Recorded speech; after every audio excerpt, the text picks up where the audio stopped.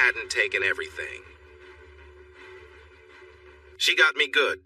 She had clearly been planning this for a while and had gathered a lot of advice. I honestly never saw it coming.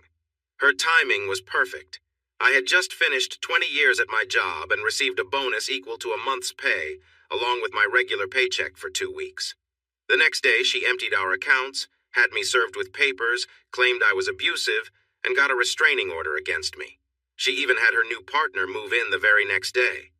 To add to the awkwardness, he was a supervisor in a different department at my workplace. He smirked at me the next day, and it took 3 people to help me keep my cool. It wasn't love at first sight with Kim. She was someone who had always been told she was pretty and had started to believe it too much.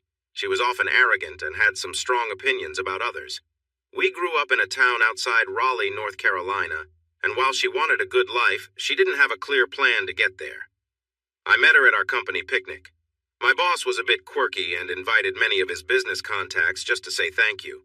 His picnics were known for great food and fun prizes, and many people showed up. Kim worked for his accounting firm as a secretary and had gotten the job through a favor from her father. She even had to take some courses at the community college before she could get a permanent position. She wasn't happy with how things were going and expected more. Everyone enjoyed the food, mingled, and waited for the prizes. Some were donated by vendors, but my boss had bought extra prizes to ensure that everyone left with something. The top 4 prizes were a stainless steel wine cooler, a nice gas grill, a day at a full-service spa for 2, and $1,000 in cash. People grumbled about their smaller prizes while their friends laughed. As the prizes got bigger, the mood turned more serious.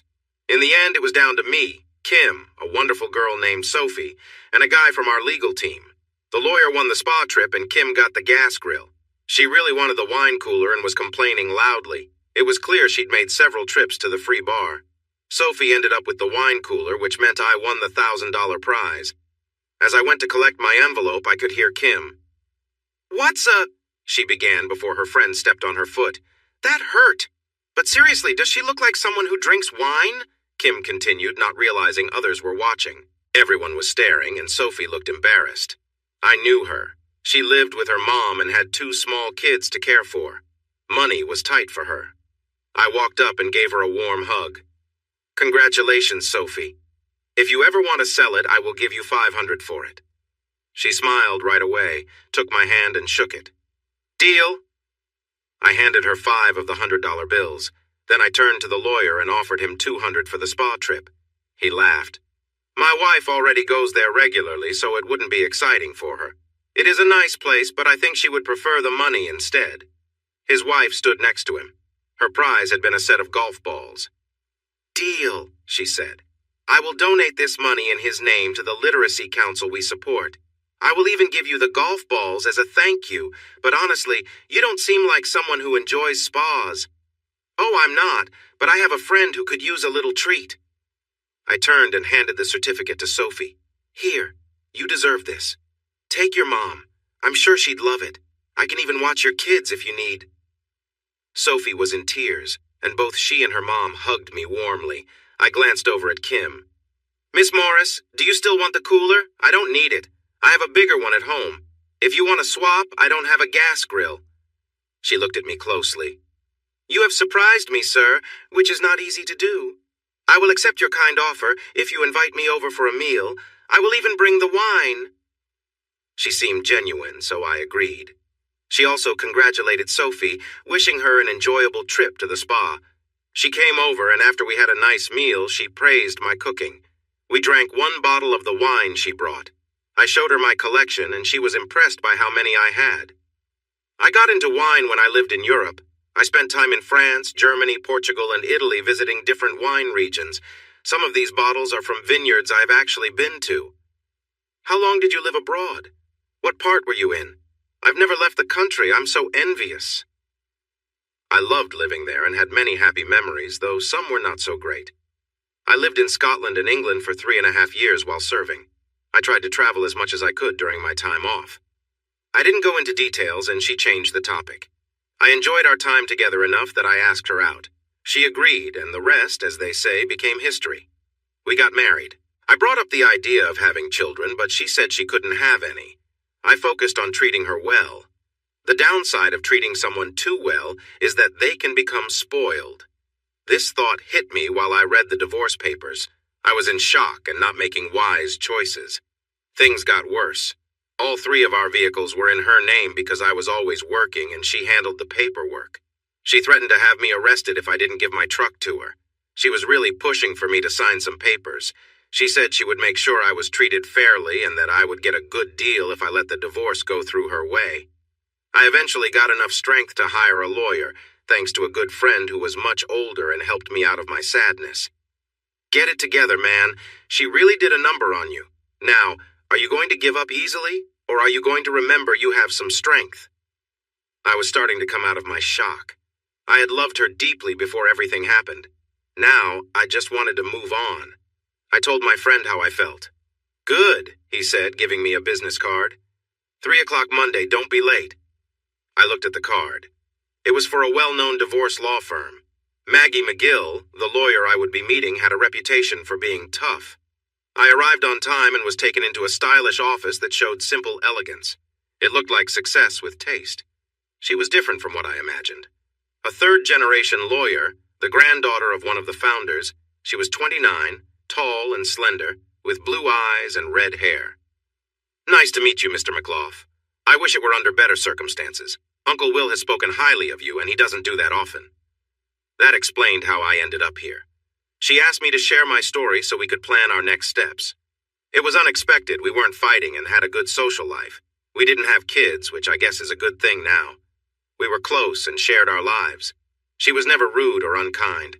We argued only a little, nothing serious. 5 years together, and now it's all fallen apart. She looked thoughtful. Your wife must have been very convincing. When did she have time for someone else? I see your job doesn't involve business trips. Does she work too? Yes, she is a secretary at an accounting firm. She's been there for years. We needed both incomes to afford our house. I have long shifts, so she's alone for a few hours in the afternoons. I also run a small business on Fridays, but I'm home by 5.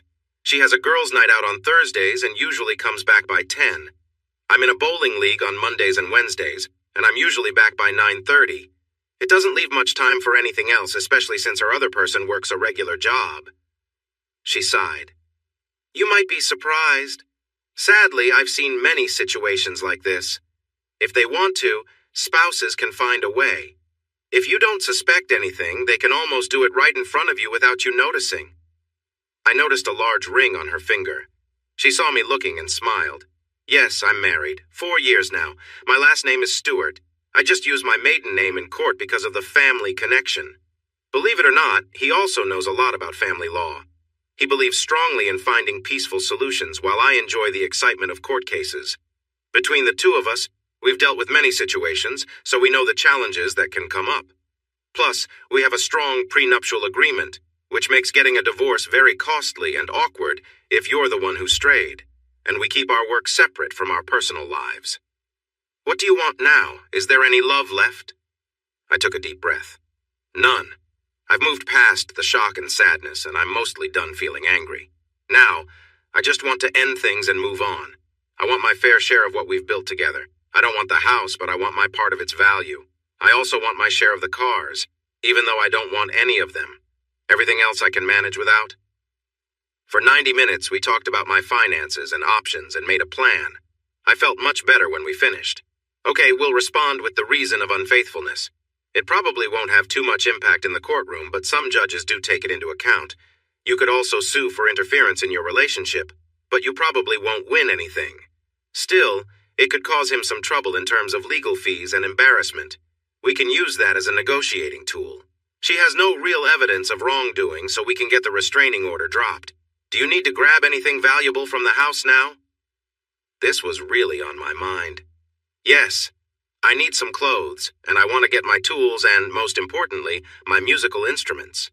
She looked at me with a grin. Musical gear. What do you have? I smiled back. My guitars, my tin whistles and flute, my accordions, and my bagpipes. Bagpipes? Yes, I play bagpipes. Call me McLaugh, I joked in a playful accent. She chuckled. Part of my payment will be you playing for me one day. I'll start the paperwork and make sure you can get into the house by tomorrow. Does that sound good? For the first time, I felt hopeful about my situation. That would be fantastic. Thank you very much. Now who do I give this money to? I had a check for $2,500 to hand over. She looked a bit surprised. Can you really afford this? I know she has taken most of your money. I smiled. She wasn't as smart as she thought. Remember that hobby I mentioned? I carve wood. Not like a professional, but I make fun things. I get leftover wood from a furniture place and some pieces from a local factory. Plus, your uncle lets me gather wood from his land. I have 2 shops in the mountains that sell my items on consignment. I've saved that money in a separate account. Almost $10,000 so far. I was going to use it to take her on a lovely trip for our anniversary, but that's not happening now. Okay, I'll accept it, but since she started this whole issue, I'll do my best to have her cover our fees. If it works, we'll refund your money. I left feeling a lot better. My wife was in for a surprise.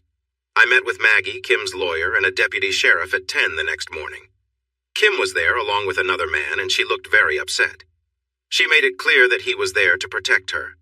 The lawyers and the deputy just looked at each other, unsure. I found it amusing. As I packed my clothes, things got serious.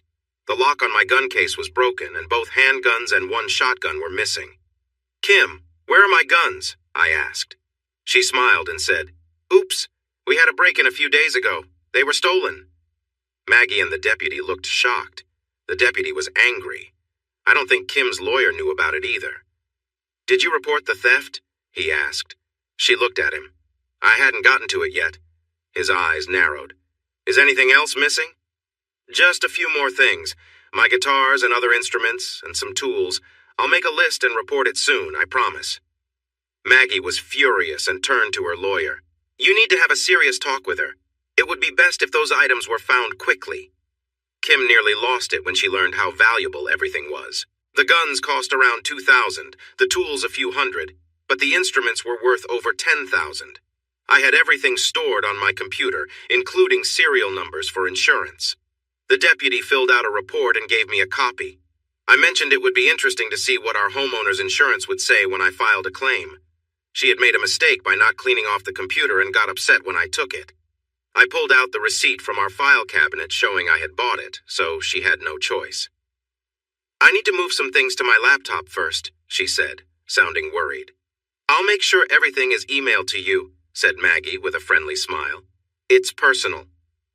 Then it shouldn't have been on his computer. If it makes you feel better, we can set it up at my office. Bring your laptop and we'll transfer what you need.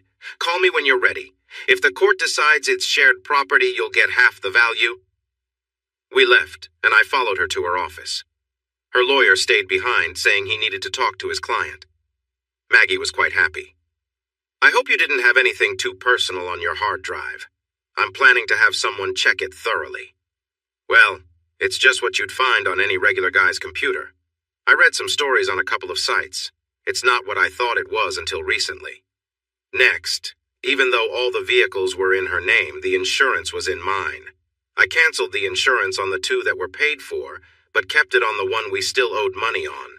I told the insurance company that she would be responsible for the bill when it came due in 2 months. I forgot to mention something important to her, and 2 weeks later, a state trooper came to take the tags away. Kim almost got in trouble when he told her it would cost $100 and she'd have to wait 2 months to get the tags back. I had bought a little Ford Ranger from Will. It was for sale before my problems began, and since he knew my situation, he gave me a great deal. The truck was nearly 20 years old, but still in pretty good shape. I actually enjoyed driving it. The only vehicle Kim could drive was the truck, but it had a manual transmission, and she didn't know how to drive it. I recorded her angry outburst on my phone, filled with yelling and cursing. Maggie had her experts look at the computer, and it revealed everything about Kim's situation. The emails unveiled her whole affair, and her lawyer tried to argue that we had invaded her privacy. But the computer was mine. Kim had sold my musical instruments online, but I got them all back in 3 months. The person who bought my items didn't want to return them, but he faced trouble if he didn't. I never got my other items returned, but she had to pay me what they were worth. My tools were found at a pawn shop a couple of towns away, and surprisingly, they were traced back to her lover's brother. That gave me some extra leverage. I could have pressed charges for theft and selling stolen items, but I decided not to in exchange for better terms in the divorce. In the end, Kim lost a lot. I didn't want the house, so she and her partner had to either buy me out or sell it. They couldn't afford to buy me out, so the house got listed for sale. She stayed there until it sold, not thinking it would happen anytime soon. But the real estate company sold it quickly for almost the asking price. Kim tried to delay but had to sign the paperwork. I chose one of the vehicles, taking her SUV and leaving her with the truck and the Mustang. Returning half the money she had taken from our accounts upset her. She also had to pay my attorney fees, which she complained about a lot. The easy lifestyle she and her partner had planned on living off me faded away, and they had to struggle to pay their bills. Was I happy? Not really. I felt relieved about the divorce, but I didn't want it to happen in the first place. Reading her emails, how she insulted me and looked down on me, was painful. I was just a guy from the countryside with no big dreams in her eyes. I still didn't understand what went wrong, and she made it clear she wouldn't explain. I stayed in a bad mood for months. I tried going out to bars and parties, but still felt down. While I was in my woodworking shop, an old garage I rented from Will, I was playing a sad tune on my pipes when my friend Tony dropped by. He stood behind me for a couple of minutes without me noticing. When I finally stopped playing, I let the air out of the pipe. "Wow, that was pretty gloomy. What was that?" he asked. I smiled. "A sad tune. It's fittingly named McClough Comes No More." He took out my Martin guitar and we played some lively tunes. When we finished, I couldn't help but smile. He smiled back. "You know what? I think it's time for Mad Tam to come back." Mad Tam was my stage persona from my band days with Tony and some friends years ago. I stopped playing when I got married after 6 mostly good years. That was a different time. I'm 40 now. I'd probably look silly. You're a well-preserved 40. You could still entertain a crowd if you wanted. I thought about it. He encouraged me. "Why not bring your gear to Dave's barn this Saturday? We're having a cookout and we could jam just for fun. What else do you have planned?" The simple answer was nothing, so on Saturday at 6, I found myself in their driveway. Dave was another old bandmate I hadn't seen in a while, but I heard he got married. Most of us were around 40 except for Dave's wife, a lively 34-year-old, and a young couple, her nephew and his wife. We enjoyed food, chatted, and had a few drinks before Dave led us into the barn. He had removed the stall walls, creating a spacious area complete with a little bandstand. It was a great time. Dave's nephew played drums, and his wife was an excellent fiddler and singer. We stuck to mostly traditional songs when, during a break, Robbie, the drummer, spoke up. "Can we play something that keeps me awake until the end?" I set down my pipes and picked up my accordion, whispering to Dave and Tony. I asked Molly, his wife with lovely red hair, if she knew a certain song. Her face lit up instantly. "Count it off, Robbie." We launched into Salty Dog by Flogging Molly. It was fast, loud, and a blast to play. We were a little rough at first, but by the 3rd time we played it, we were doing great. Then we transitioned to Waxy Dargle by the Young Dubliners. My tin whistle and her fiddle worked well together. Dave's wife, Amy, was a fantastic keyboard player, and after an hour it felt like we had been making music together forever. We kept going until after 1 in the morning. The older couples were smiling, but Robbie and Molly seemed to be on cloud 9. "We need to do this again," he said excitedly, as Molly laughed and danced around the room. I surprised her by getting up with my pipes and doing a bit of a dance, finishing with the hornpipe while she played. "Where did you learn that?" she asked when we finished. "From my grandfathers, Fergus and Ewan McClough, may they rest in peace. And from some friends I met during my service. What about you? Where did you learn to dance?" "My mom teaches. I'm first-generation Irish-American. She came from County Down when she was 17 and only returned for her honeymoon and her 20-year anniversary." It was late, and everyone felt a bit tipsy, so Dave offered us all a place to stay for the night. I set up my air mattress in the barn and surprisingly got a good night's sleep. Amy and Molly made us a big breakfast before we promised to return the next Friday. I was in a great mood all week. Many friends told me they were happy to see me back. I even saw Asshole twice and smiled at him both times. The news about what happened reached the owner of our company, and his chances for a promotion disappeared. Everyone knew he was in a tough spot. The owner liked me and didn't tolerate dishonesty, especially at work. Hearing that he was struggling to pay for a new house made me smile. I found a nice apartment in one of the duplexes owned by Uncle Will. With my newfound freedom, I had few bills and could work in my shop at night without feeling guilty. My creations were selling well, and the two shops kept encouraging me to create more. I did for a little while, but then I returned to a pace that felt right. It started to feel more like a job than a fun hobby. Friday nights at the barn happened every other week, and more people began showing up. One evening, they surprised me with a new tam. Molly had seen old pictures of me wearing one and ordered it for my 41st birthday. I had grown my hair longer than I had in years, and it looked nice with the tam. At least, that's what the girls said. It had been 8 months since Kim left, and I was surprised at how little I missed her now. I remembered her dishonesty well, but our married life felt distant and unclear. Maybe I hadn't loved her as deeply as I thought, or maybe her actions had destroyed that love completely. I had seen her once or twice, but it didn't bother me too much. As long as she stayed in her own world and left me alone, I was fine. Molly and Robbie knew the owners of a pub and dance hall named O'Doul's. They were thinking about bringing in some Celtic bands to attract more customers on Fridays and Saturdays. They invited them to the barn to listen to our music, and before the night ended, we committed to play there the following Saturday. We held a quick meeting. Dave, Tony, and I had been through this before, so we knew what to expect. For Molly, Robbie, and Amy, it was a new experience. "Okay," I said. "If we do this, let's do it well. It can be a lot of fun, but I want to be clear. The moment it feels like work, or if you're not enjoying it, we'll stop, at least for me. I've learned that life is too short to do things you don't enjoy. Agreed?" They all nodded. "Great.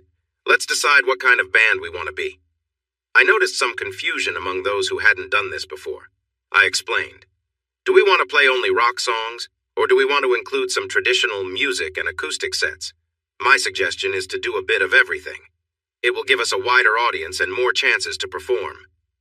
And we need to create a show. Anyone can just stand there and sing with an instrument. But if that's all they do, they might as well be a piece of furniture. They'll be forgotten as soon as the audience leaves.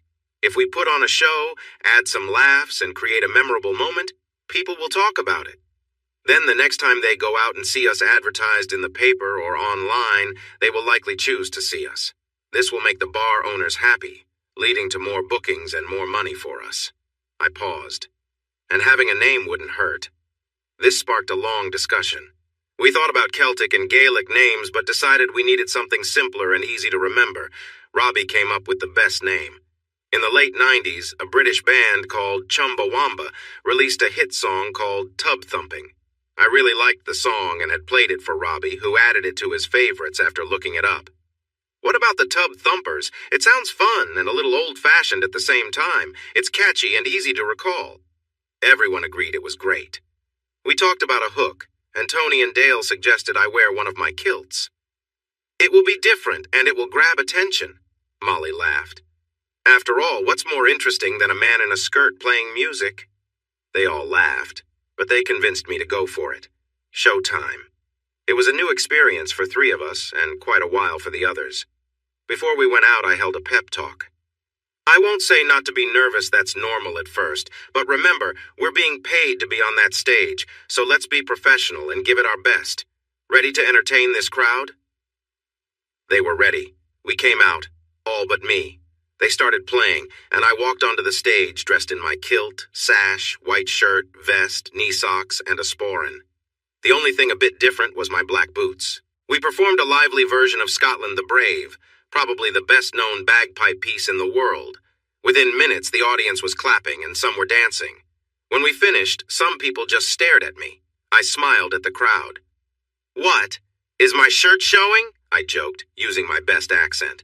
That got a big laugh. I set aside the pipes and grabbed my accordion.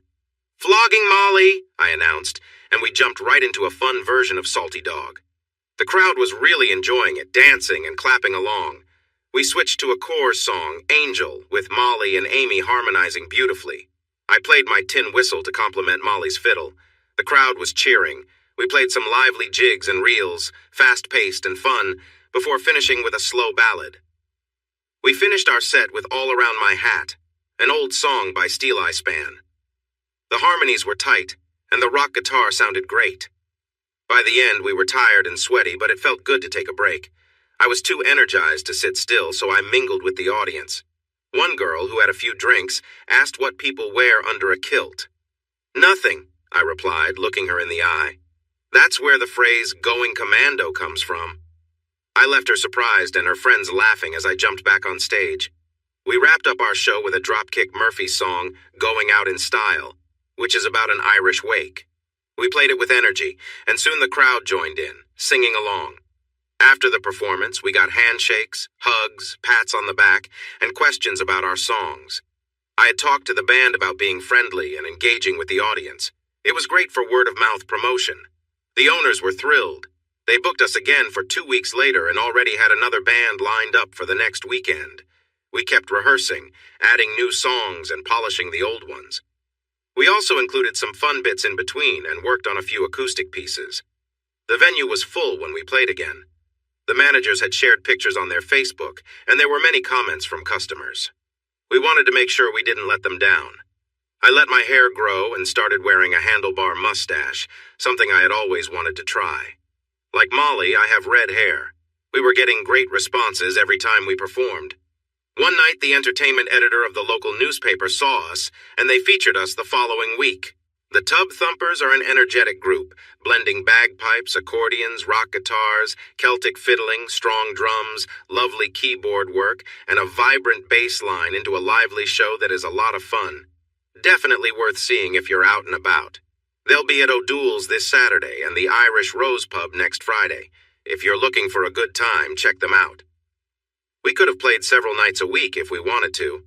We decided against it early on. Dave and Amy had 2 kids, and Tony was divorced with a daughter, and he made it clear that his weekends with her were very important, so we only played every other weekend, sometimes adding an extra Friday. We had been at it for about 5 months, improving and working together until we felt like a well-oiled machine, almost flawless. Tony and I were the only singles in the band, so we definitely got some attention. It was fun for a while, and we made sure to be careful and respectful. It was just a fun, no-strings-attached arrangement, which was fine by us, but we both realized it was a bit silly for people in their 40s to act like teenagers, so we both decided to take it easy. Molly and I grew close, and she came to see me as a second father, which was new for me. I was somewhat relieved that Kim and I hadn't had kids, considering how hard divorce can be on them. Yet, deep down, I wished I had the chance to be a dad. I tried to fill that gap with Molly. Our area was buzzing with street festivals, each town hosting them on different weekends to keep things lively without competing. We played at several of these events, both as a full band and in smaller acoustic groups. Our sound was a fresh change, and people seemed to enjoy it. We even got invited to perform at a couple of county fairs, playing for some large crowds. Amy and Molly discovered a website that sold custom-made kilts, and surprised us one night by showing up on stage wearing matching ones. These weren't the usual kilts. They were pink with little white poodles. Not wanting to be left out, Robbie ordered one in black with little skulls. Tony and Dave followed suit and got ones in camouflage.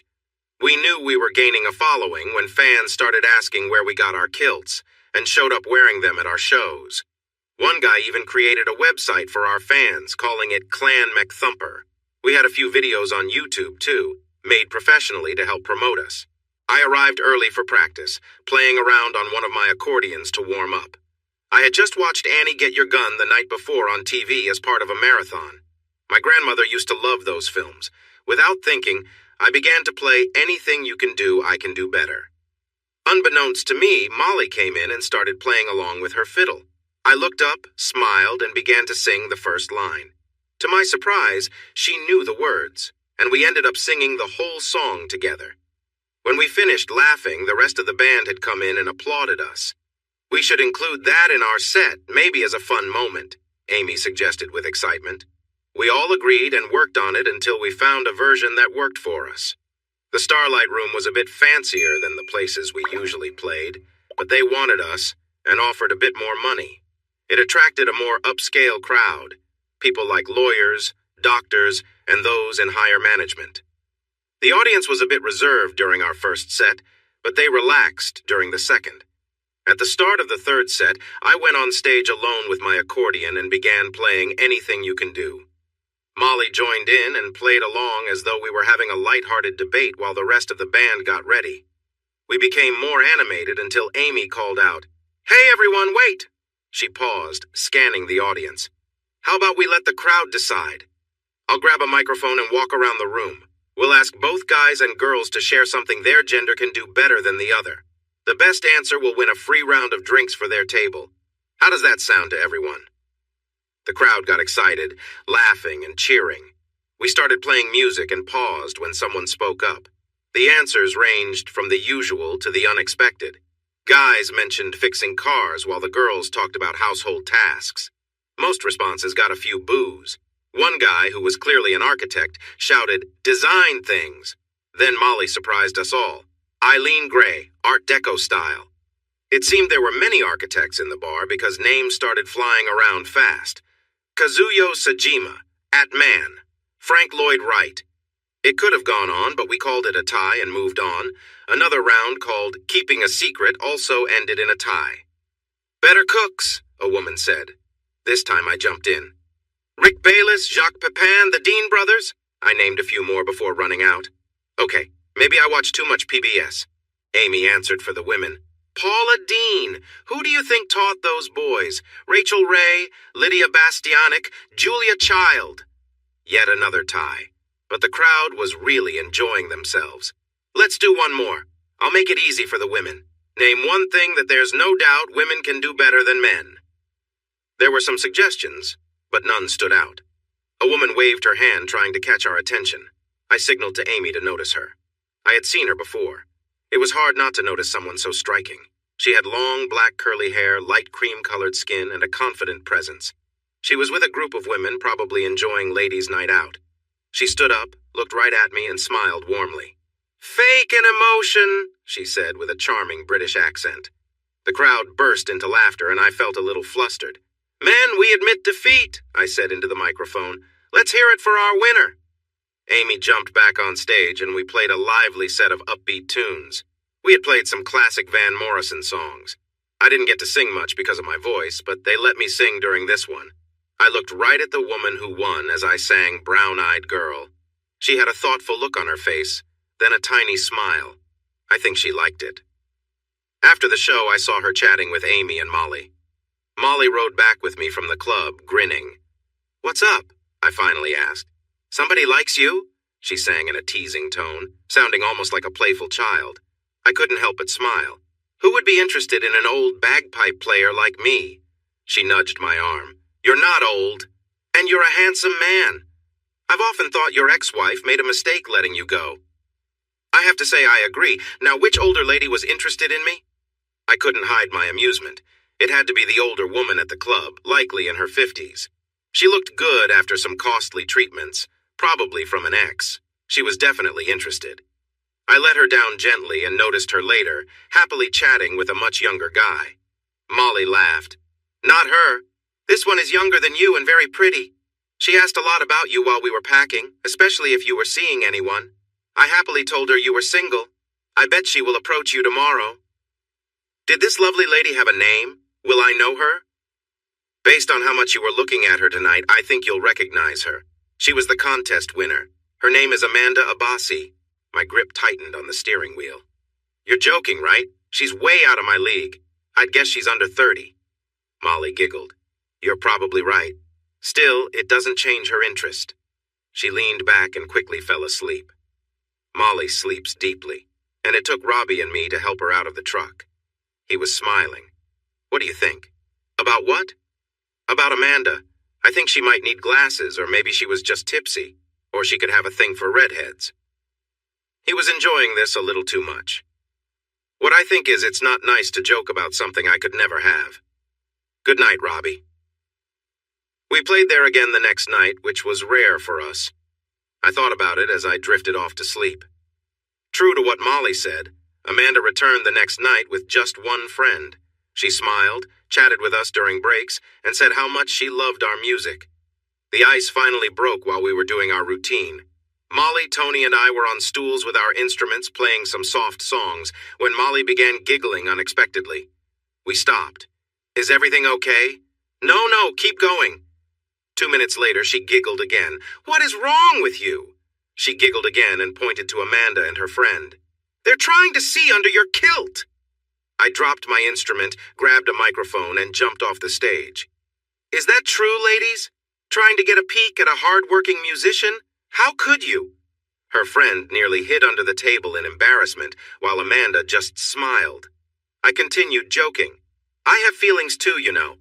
I'm not just here for show. Well, speak up and stop staring." Amanda smiled and called out so everyone could hear. "I admit it, I was looking. What do you have on under that kilt?" I played along, enjoying the moment. "So that's what this is about. You want to see what's underneath? How bold. Well, go ahead, take a good look." I turned away slightly, giving a little show. This is usually the part where they blush and get flustered. Instead, she reached over and lifted my kilt, revealing the black shorts I had worn for fun. I work out a lot, and I'm proud of how I look. Before I could react, she playfully tapped me. "Wow, nice and fit, just how I like it." The crowd erupted with laughter, and I played it up even more. I stood up and pretended to be scandalized. "I can't believe it. You've seen my shorts. Now we have to get married to save my honor. I'll need to see a lot more if we're going to talk marriage, and honestly, I think your honor is long gone." People laughed so hard they had tears in their eyes. I surprised her by jumping into her lap. "You charming person, give me a kiss." I was trying to be playful. Everyone was taken aback when she took my face in her hands and kissed me deeply. It was more than just a quick peck, and it lasted long enough to surprise us both. I quickly jumped off her lap and she laughed softly, patting my back as I hopped away. Back on stage, I shouted, "Everyone meet Miss Amanda Abbasi. Give her and her friend a big round of applause." She looked surprised that I knew her name, but waved when the light hit her. After we finished packing up, she came over, chatting with Molly and Amy. Her friend was missing. She smiled and flirted a little while Molly giggled. "Looks like I'm stuck here. Would my future husband mind giving me a ride home? We're not strangers anymore, right? Maybe we can stop for coffee first?" I could listen to her all night. Her voice reminded me of some sweet memories, as well as a few not-so-great ones. I hesitated, trying to say I'd love to grab coffee. Molly and Amy nudged me on. "Well, you should go then. We'll finish packing. Bye, Amanda."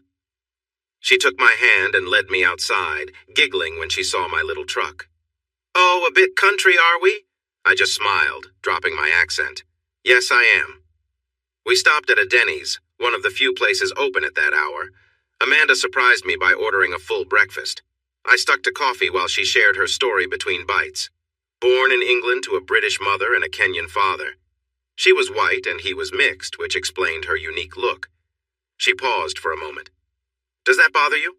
The mixed heritage, I mean?" "Not at all. It gives you a very special appearance." "I like it." She blushed slightly before she continued. She grew up in Kenya, but when her parents separated at 12, she returned to London. After studying in Edinburgh, she came to the US for medical school at Duke University.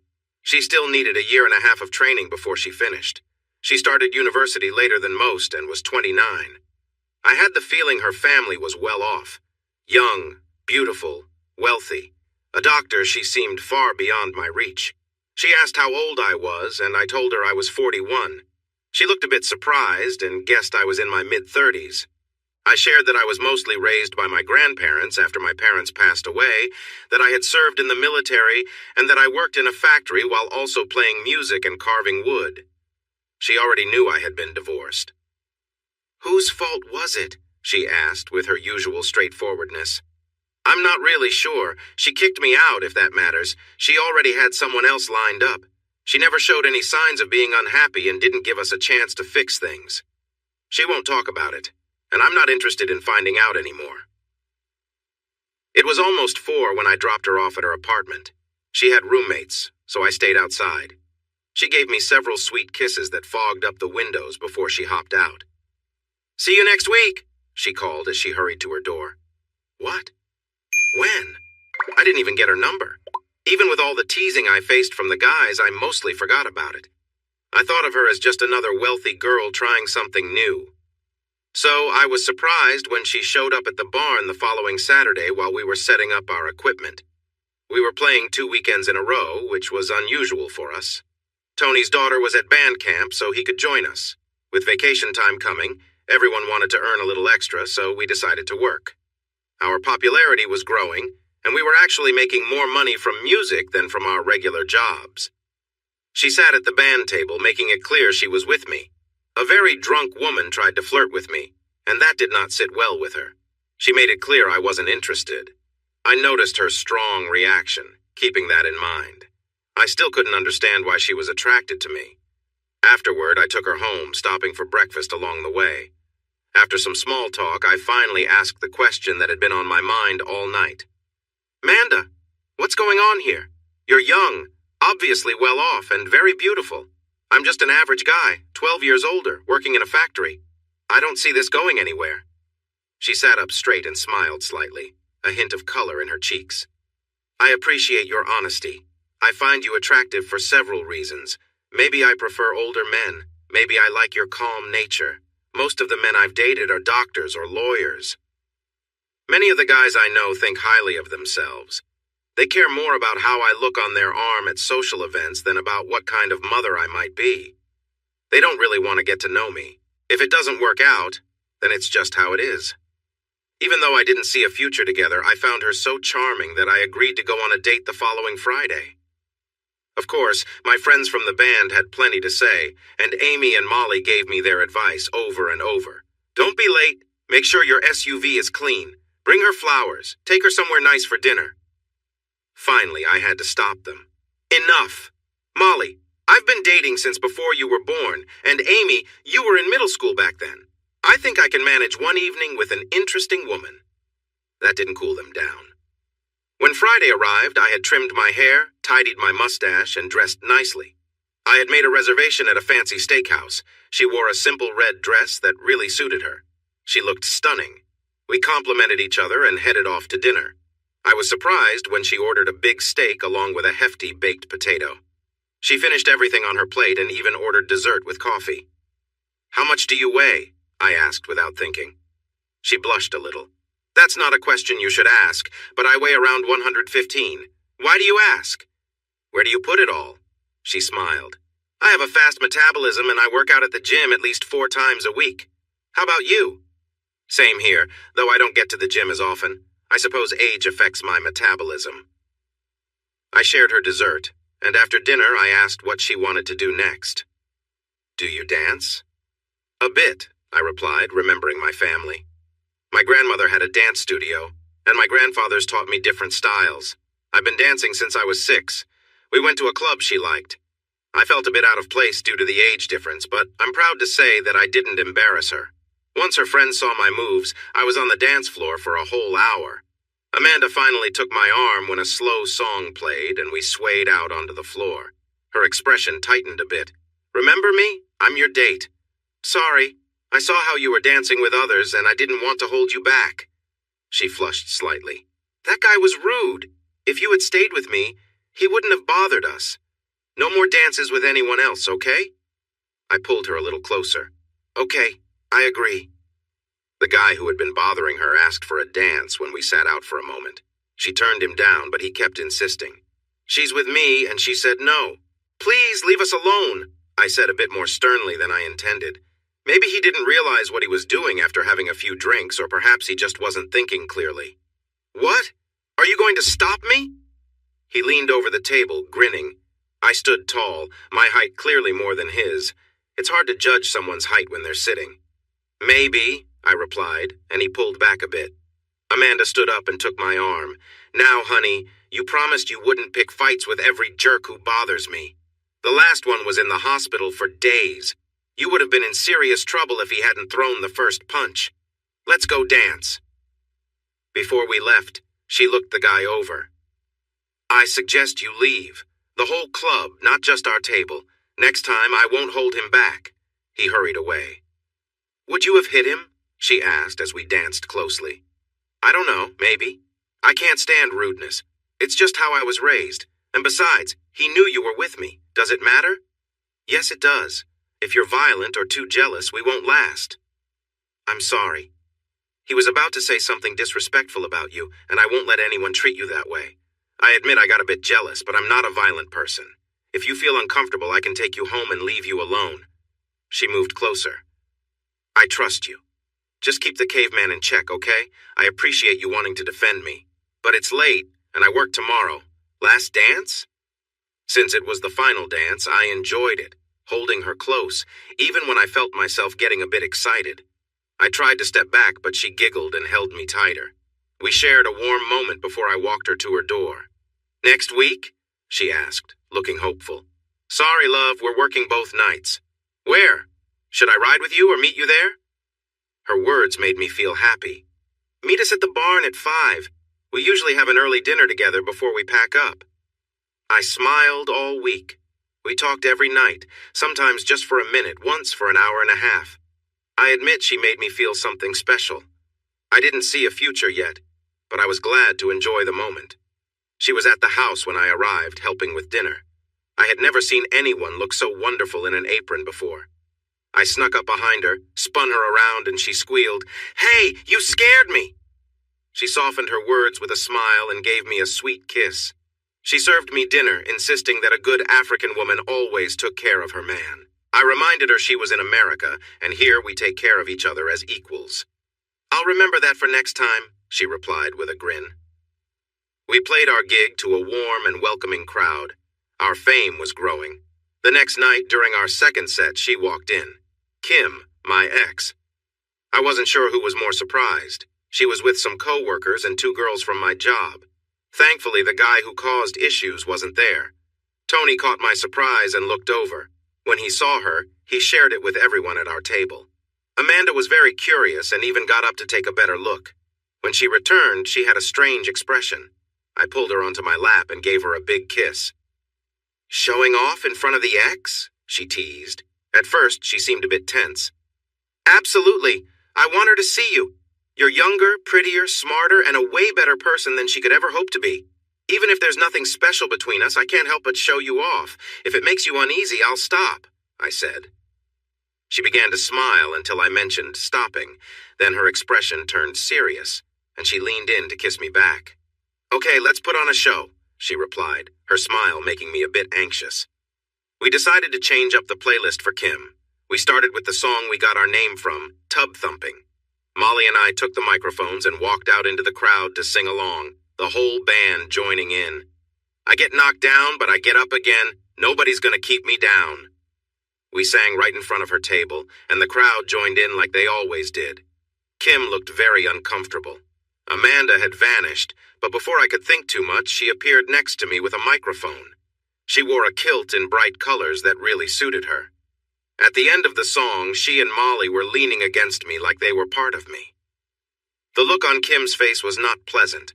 She left shortly after we finished. The girls were giggling. On the way back to the barn, she was quiet. After we packed up the equipment, I asked, "Breakfast? How about your apartment tomorrow morning?" "Sure, but I want to see what's really under that kilt. You show me yours and I'll show you mine," she said with a playful grin. I was caught off guard by her words. She laughed and took my hand. "That is, if you really want to," she added. I sped home, eager to get there quickly. She slowed me down with a gentle reminder. "Take it easy. We have all night and hopefully a long future ahead. We can get close later. Right now, I just want to be with you." So I did, tenderly showing her affection. I cherished every moment we shared as we found joy in each other's company. When I noticed something unexpected, she simply smiled and told me, "Commando." The morning sunlight streamed through the blinds, filling the room with a warm glow. I felt a deep sense of calm and contentment, realizing why as I noticed her by my side. She was nestled against me, her hair spilling over her face as she slept soundly. I gently brushed her hair aside, and she stirred, mumbling softly before curling closer. Eventually, I carefully slid out of bed, trying not to disturb her. I freshened up and started a warm shower, letting the water wake me fully. A few minutes later, she joined me, greeting the day with a relaxed smile.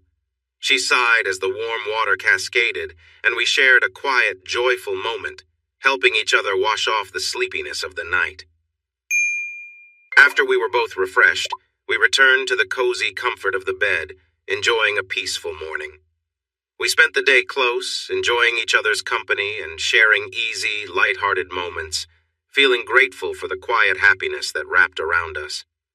After a few more minutes of gentle movement, she slid off. I think she was surprised when I pulled her in for a long kiss. She fell back onto my chest with a soft sigh. She mumbled something quietly that I couldn't quite catch. "What did you say?" She smiled. "I'm sorry. It was something in Maasai. If we stay together, I'll tell you. For now, just be happy I said it, even if you don't know what it means." She wouldn't say anything more. Changing the subject, I pointed to the tattoo on her lower back. "It's a Maasai shield over crossed spears. It's similar to the design on our national flag. What about your tattoo?" She traced the outline on my arm. "When I know you better, I'll tell you. It has a special meaning for me." She smiled. "That sounds fair. How about this? When I explain what I said, you tell me about your tattoo. Deal?" "Deal." I kissed her to seal our agreement.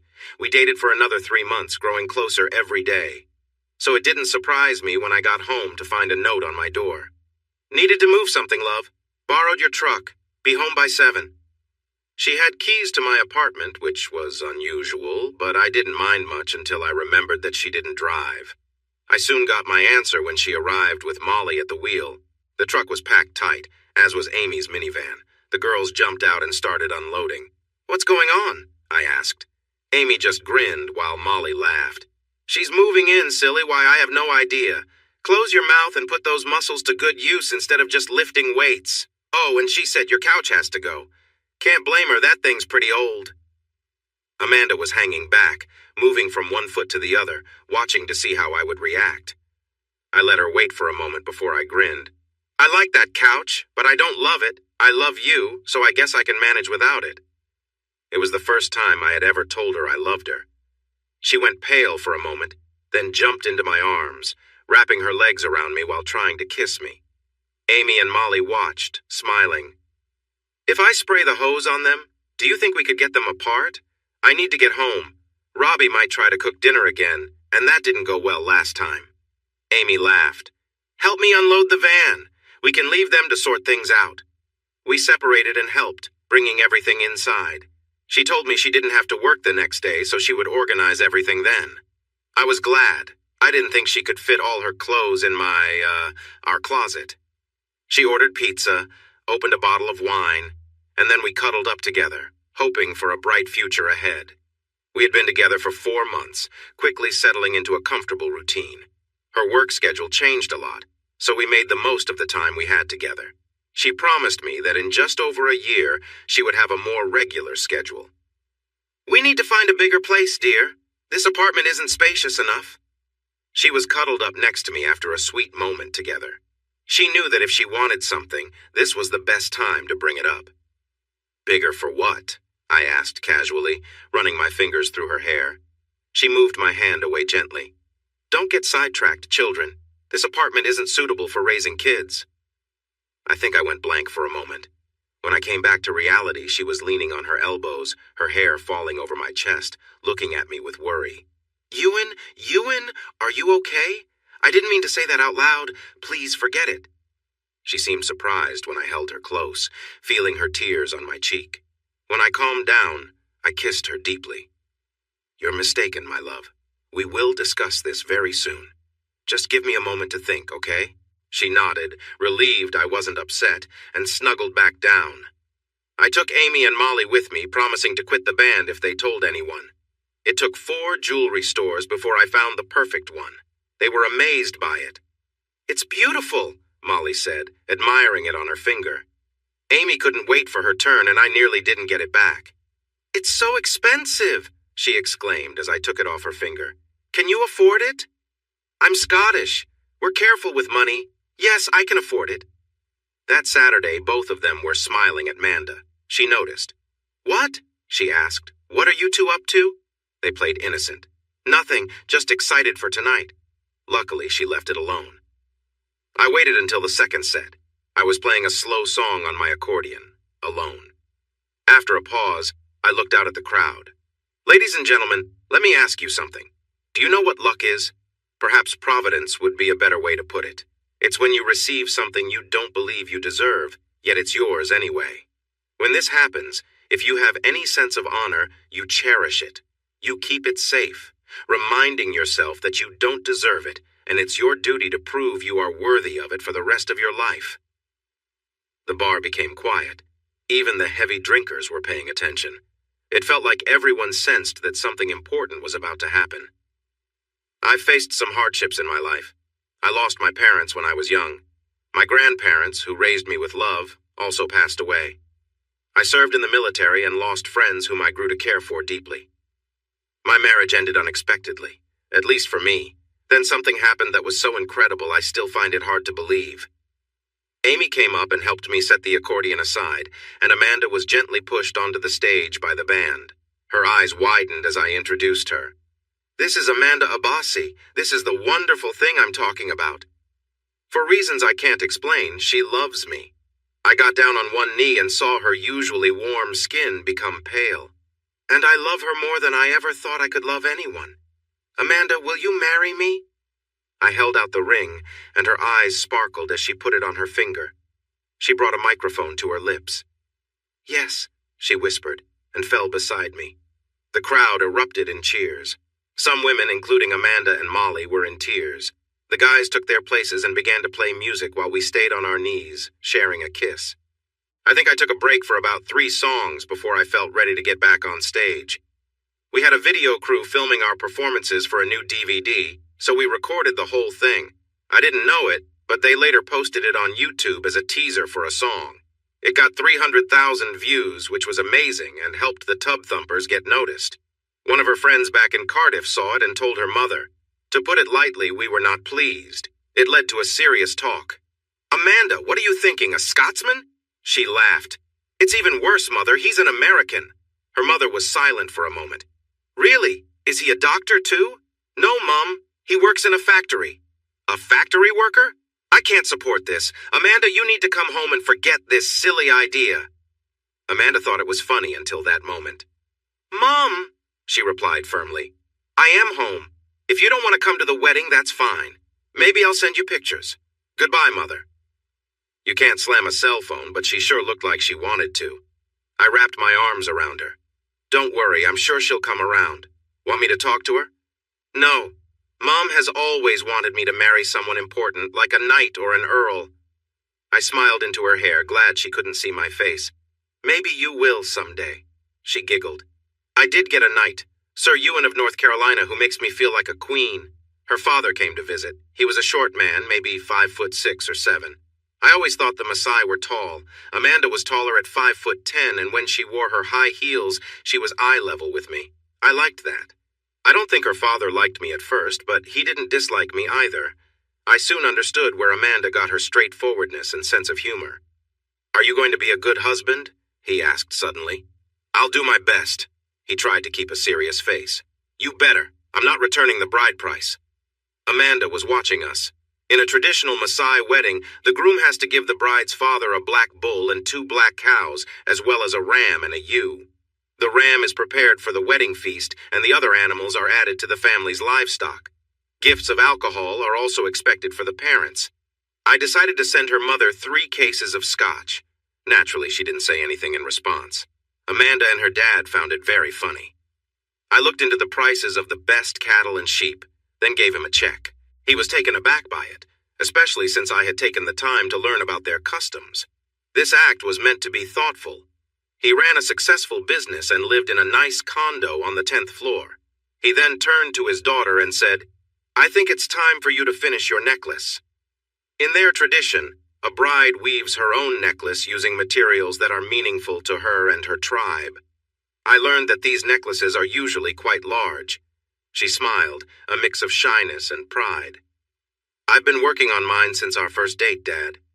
I wasn't sure who was more surprised in that moment. After he left, she asked me what her father meant when he called me a senior warrior, which is the 3rd highest rank in Maasai culture, right after junior and senior elders.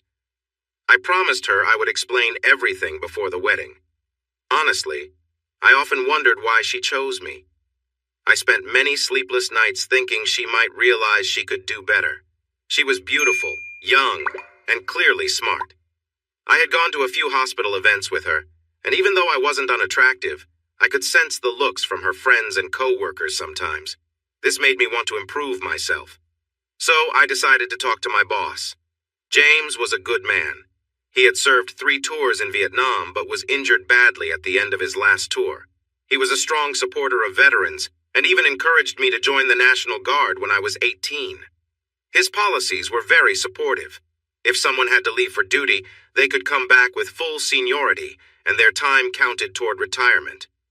Many of his employees were veterans. "What can I do for you, son?" he asked. "You know I'm getting married, right?" "Of course.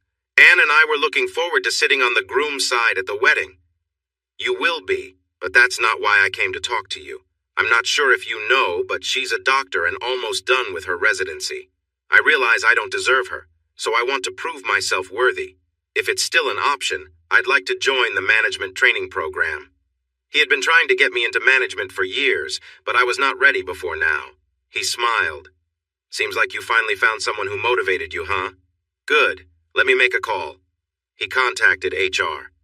"Julie, I need you to adjust Ewan's salary structure.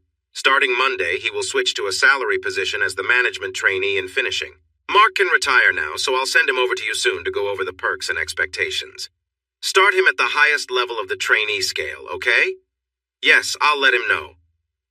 "Thanks." He looked at me and smiled at my reaction. "Well, go on then. She's waiting for you. Take tomorrow off and I'll make sure you get paid. It's a reward for making the right choice. Take your girl out and have a good time. Don't be late on Monday." I tried to thank him, but he waved me away, laughing. I took his advice and surprised Manda by picking her up and carrying her straight to the bedroom when I got home. After some time, when I thought I might never walk again, I asked her what she wanted to do because I planned to take her out. "Dance," she said excitedly. "You got it, dear," I replied, feeling a bit worn out. We enjoyed a shower together and she suggested, "We can go out or we can stay in and have fun. Your choice." With a cheeky smile, she said we should do both, starting with dancing. I had never felt so happy. We went to the club she liked, met some of her friends, and had a wonderful evening.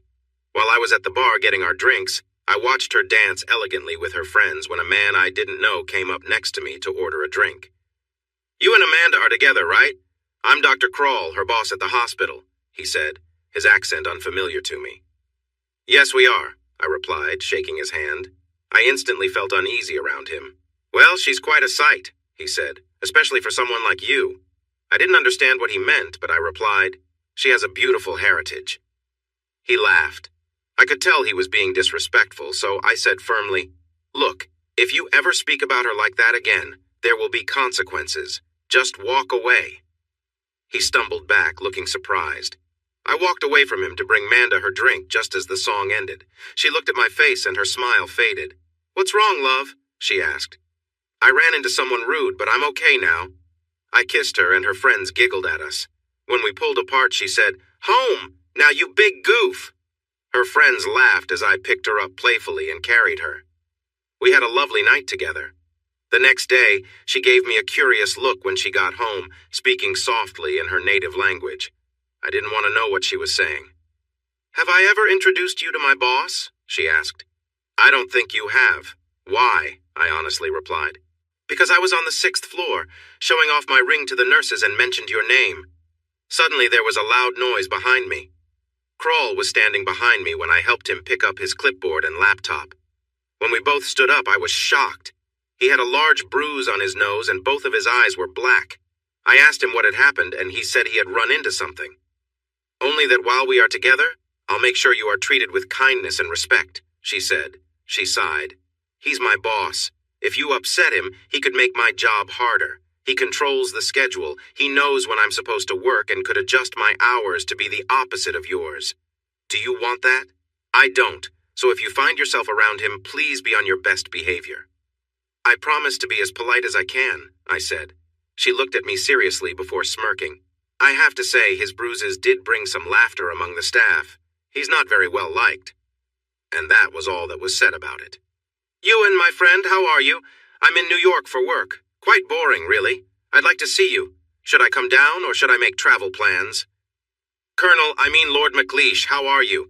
I can't get away right now, but I'd like you to meet someone important to me. I just got engaged."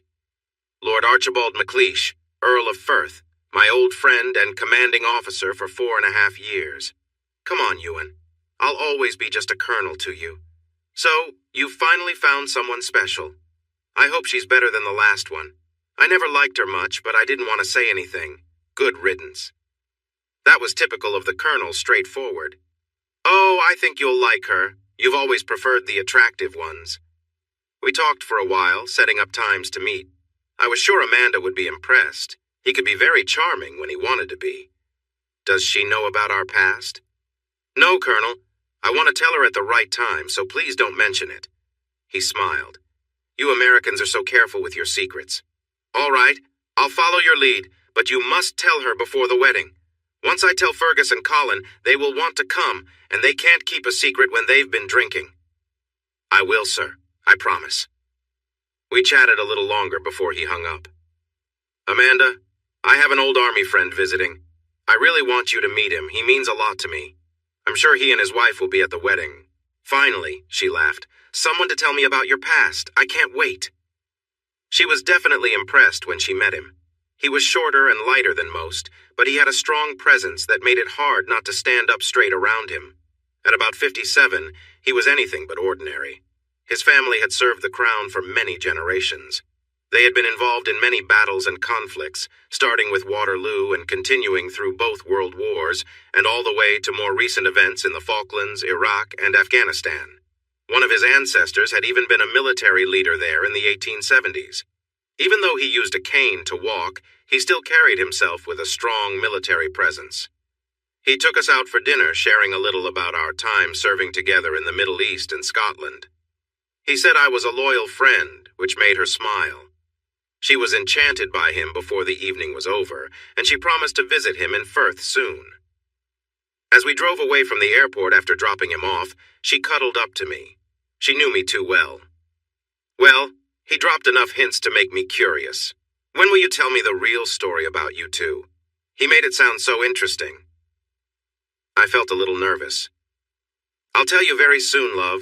Before the wedding, I promise. After she fell asleep, I sat in silence, thinking about what she might think of my story. The wedding was coming up, and we were both feeling the pressure.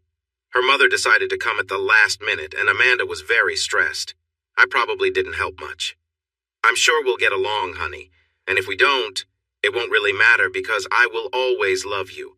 But if she tries to change your mind or put us down, I won't hesitate to ask her to leave. It doesn't matter how. I think my words surprised her. Let's hope it doesn't come to that, she replied softly, attempting a smile. I kissed her gently. Nothing will ever come between us. I'll always love you. Every decision I make from now on will be to support your happiness. You mean everything to me. Do you understand? She held me tighter and had tears in her eyes. Thank you, honey. I think I really needed to hear that. Speaking of things you need to know, I promised to share the story behind my tattoo and more about my life. Now is a good time. We were cozy on the couch with tea and scones on the table. She shifted until she was comfortable. Okay, honey, tell me about your younger days. I wish you had met my parents. They were amazing. We weren't rich, but I always felt loved and cared for. I was 11 when they passed away. It was a sad accident. They hit a slippery patch and went into a river. It was cold and very dark that night, and I would like to believe they didn't suffer. I noticed her grip tightened as I continued. I was an only child and would have ended up in the foster system if my grandparents hadn't taken me in. I can't imagine how my life would have turned out otherwise. They lived close by, and I spent a lot of time with them. I loved listening to my grandfather share stories about his experiences in Europe during the Second World War and how he fell in love with my grandmother. My grandmother ran a dance studio. I don't think she made much money from it, but it kept her active and away from Grandpa. She cared about him, but said she needed other interests to stay happy. I could waltz before I was 7 and dance the tango by 11. It gave me confidence, and when I got into middle and high school, I was ahead of others. Since I wasn't shy and could dance well, I became popular with the girls, though not so much with the boys.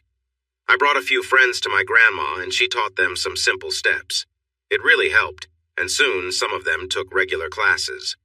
One was on the football team, and when his balance and speed improved, He told the coach it was because of dance class. He came one night, watched us, and soon many on the team were taking lessons, even some of the coaches. The team got the name Dancing Fools of Central High. We even performed with the cheerleaders at halftime. People found it funny, but we won enough games to make the playoffs 3 years in a row, and once we even won the state title for our size. The school even brought her in to teach basic dance in PE class. When I was 13, one of Grandpa's old friends came to visit. He ended up staying with us. His name was Fergus McClough, sharing our last name. They had served together and become good friends. They taught me how to be a gentleman, how to box, and some useful skills. All in all, it was a good life. When I was 16, my grandfather passed away. It was the only time I saw Fergus tear up. He stayed in the house after the funeral, and 18 months later, he married my grandmother. Grandma passed away 4 years after the wedding, and then Fergus passed when I was 25. There's a strong tradition of military service in our family going back to the Civil War. A McClough has always been taught not to back down. My parents and grandparents, and later Fergus, instilled that in me. I joined the National Guard when I was 18. At first we went out for floods and snowstorms, but when the Gulf War started, I chose to go active. It wasn't really a typical war. My part didn't last 2 months, but those were intense days that I'll never forget. I'm proud to say I carried on our family tradition. After 2 years, I returned to the Guard and went back to my factory job without losing any seniority. Then 9/11 happened, and everything changed. I didn't need to volunteer. They called us up, and off we went. The enemy was serious, and they did whatever it took to reach their goals. They didn't care who got hurt along the way. At first, we didn't realize how serious the situation really was. But we figured things out quickly. I took a moment to breathe and collect my thoughts. Amanda cuddled a bit closer to me. It was my second tour, and I found myself near a Scottish group. It was like a bee to honey for me. We would sometimes talk, and when I introduced myself with a hint of the accent my step-grandfather taught me, they were surprised. I smiled at the memory. I would ride the few miles between camps every week, or my 2 good friends, Charlie and Angus, would come by for a visit. My buddies could always tell when I had been with them because of how I spoke. One day changed everything for me. It was just like any other day, hot, dusty, making you wish you were anywhere else. The Scots were staying near an old castle from long ago during the time of the Crusades. The property had changed hands many times and had recently been an important mosque, marking a past victory. Yet it changed again and was now off-limits, which frustrated the Taliban. They hadn't seen much action lately, just routine patrols, so they were relaxed, cleaning their gear and grilling some lamb they had bought. No one wore their vests. It was too hot and they felt safe. I was there because Charlie, a piper, had just received his pipes. He was meant to play that afternoon, and when I arrived with drinks, they welcomed me like family. I closed my eyes, imagining it all. I handed the best bottle of scotch to their commander. "From my commander, sir," I said, watching his smile grow. "Wonderful," he replied with a grin. "Send my regards to your captain. We'll make a proper Scot out of you yet, lad." Then, without warning, everything changed. The first shots rang out, catching us off guard. The top NCO fell instantly, lifeless before he hit the ground. The lieutenant was wounded and the major fell right in front of me, hurt badly. I felt pain as I was hit, but my vest helped. It still broke a rib. They later learned many had gotten close without being noticed. There were at least 60 of them against the 40 Scots. 4 died right away, and 9 were seriously hurt. The rest were injured to varying degrees. At the time, we had no idea. Those who could fight back did. We feared we would be overwhelmed. I paused, recalling the sounds of chaos, the cries of the hurt. The dust and blood were still vivid in my mind. I grabbed the major and pulled him into the command building. He was furious. "Get me a weapon, lad. Now!" I grabbed a couple of light machine guns and a few magazines. He protected me while I quickly gathered supplies, urging me to take cover. I saw blood pouring from his shoulder. He needed help fast. He was a big guy, but fear gave me the strength to manage him easily. Angus arrived, and together they kept most of the attackers at bay. The others found what cover they could and shot back when they had a clear target. We helped the lieutenant, applying a bandage to his shoulder and giving him pain relief. The Major was upset about the attack, frustrated because they were stuck in one place. A sniper had found a good spot and had already injured 3 men, with 2 of them not surviving. "Someone needs to take out that sniper. Provide cover so the others can fall back. I bet they are low on ammo," he shouted. I paused, feeling her hug me more tightly. I kissed her hair and sighed. It had been a long time since I thought about that day. I knew he was right. The atmosphere was tense, filled with cries of the injured and the sounds of distress. Looking at their weapons locker, I saw a couple of sniper rifles. I grabbed one and headed out the back. The commander and Angus thought I was leaving them behind. As I went out, I noticed Charlie's pipes and grabbed them without thinking. I ran into the mosque and climbed to the top of the minaret. There was a sound system there used for calling people to prayer. I needed to make a distraction, so I turned it on and began to play, moving around to draw their attention. It worked, as it took them a moment to understand what was happening. I realized that what I had done before starting to play was reckless, but it felt right then. Fergus had given me his old cap before I left for good luck. He wore it during a tough time at Dunkirk, one of the last musicians to perform in the thick of things. He had been shot twice but kept playing until he had to stop, with 2 bullet holes in his cap, missed shots that could have been fatal. I took off my helmet and put on the cap. When I started playing, it felt as if everyone froze, confused. I stopped when they focused their fire on me, shouting into the microphone, "Retreat! Go back now!" I had forgotten about the sniper until I was hit again in my vest, causing 2 more broken ribs. The bullet pierced my vest and lodged just beneath my skin. I fell, but my distraction had worked. Most of the troops made it to safety. By then, the Scottish soldiers had taken cover and were putting up a strong defense. Seeing their chance slip away, the attackers directed a lot of their firepower toward me. I was in a lot of pain and not familiar with the tool I was using, so I wasn't as accurate as I wanted to be. Through the scope, I spotted a group of men who seemed to be in charge, especially one who was shouting orders. I aimed for the leader but ended up hitting another man nearby. When he fell, they started to take cover. I fired the weapon until it was empty, hoping to keep them down long enough for me to escape. I was rubbing my side, remembering the pain. It worked until they brought out a rocket launcher. I saw it through the scope and quickly put down the rifle. I grabbed the pipes and rushed down the stairs. I almost made it when the rocket struck, causing everything to collapse. They later told me it took 2 hours to dig me out, and I was found curled up with the pipes, trying to protect them. By that time, many forms of help had arrived: helicopters, my unit, fighter planes, and more. Before I knew it, I was on a plane to Ramstein to recover. There was a British reporter with our group who had the presence of mind to record me pulling the major and lieutenant to safety. He even filmed me walking back and forth, playing the pipes while bullets whizzed by. He captured them digging me out of the rubble, still holding the bagpipes. It became big news in the UK as the major turned out to be the Earl of Firth, 33rd in line for the English throne. Mandy looked up at me and said, "Wait a minute.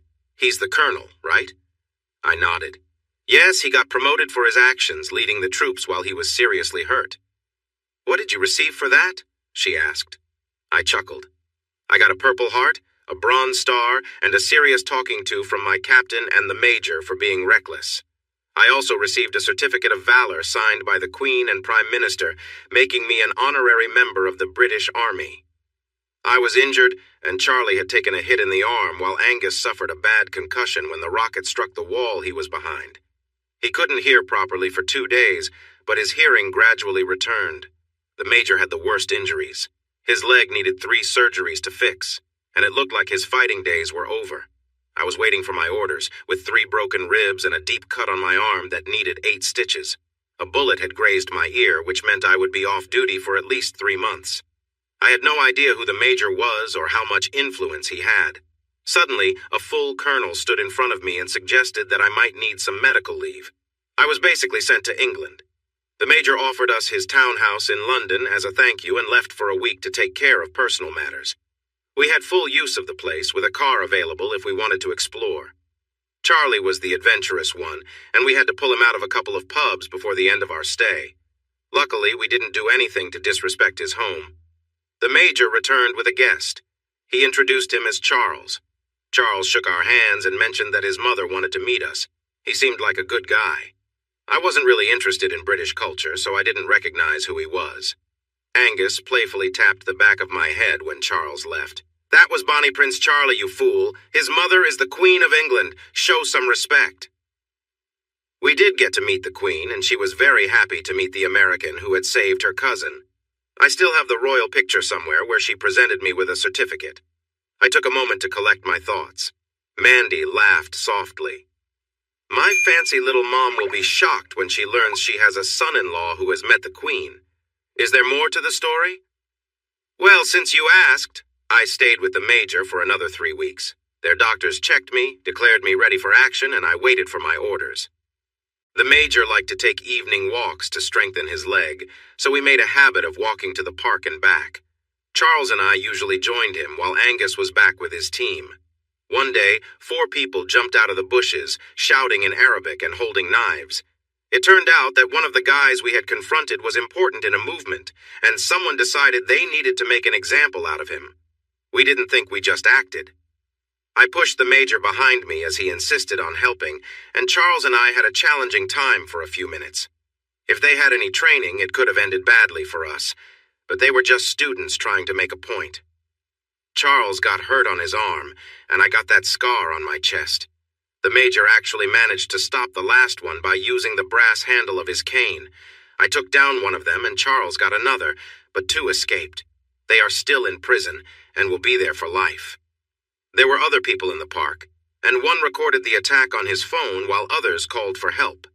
It didn't take long before the police realized this was a serious situation, and soon some men in suits arrived, taking the Major to a safe location. He insisted we go with him, saying he wouldn't travel without his bodyguards, as he called us. They interviewed each of us separately, and my slight accent surprised them. When they learned I was American and a soldier, our people got involved. We were taken to a special hospital, treated, and then released, free to go. I paused, smiling slightly. Despite the scary moment, it had been one of the best times of my life. In the end, the same colonel who had seen me in Ramstein came to visit. He interviewed me alone and then smiled at me. "We have a bit of a dilemma here, son. The Major wants you to stay close. He believes you bring him good luck. He is about to be promoted, and his new rank will be the same as mine. As you saw with the recent attack, he is not completely safe, even here.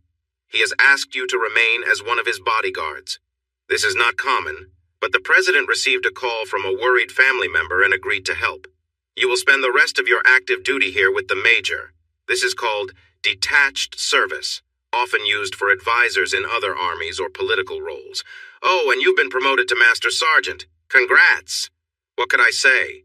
We went to Scotland, where the Major lived, and were based at a nearby station, although Charlie and I were not there much. He took bodyguards seriously, so we were sent to bodyguard training. We learned the basics and took a driving course.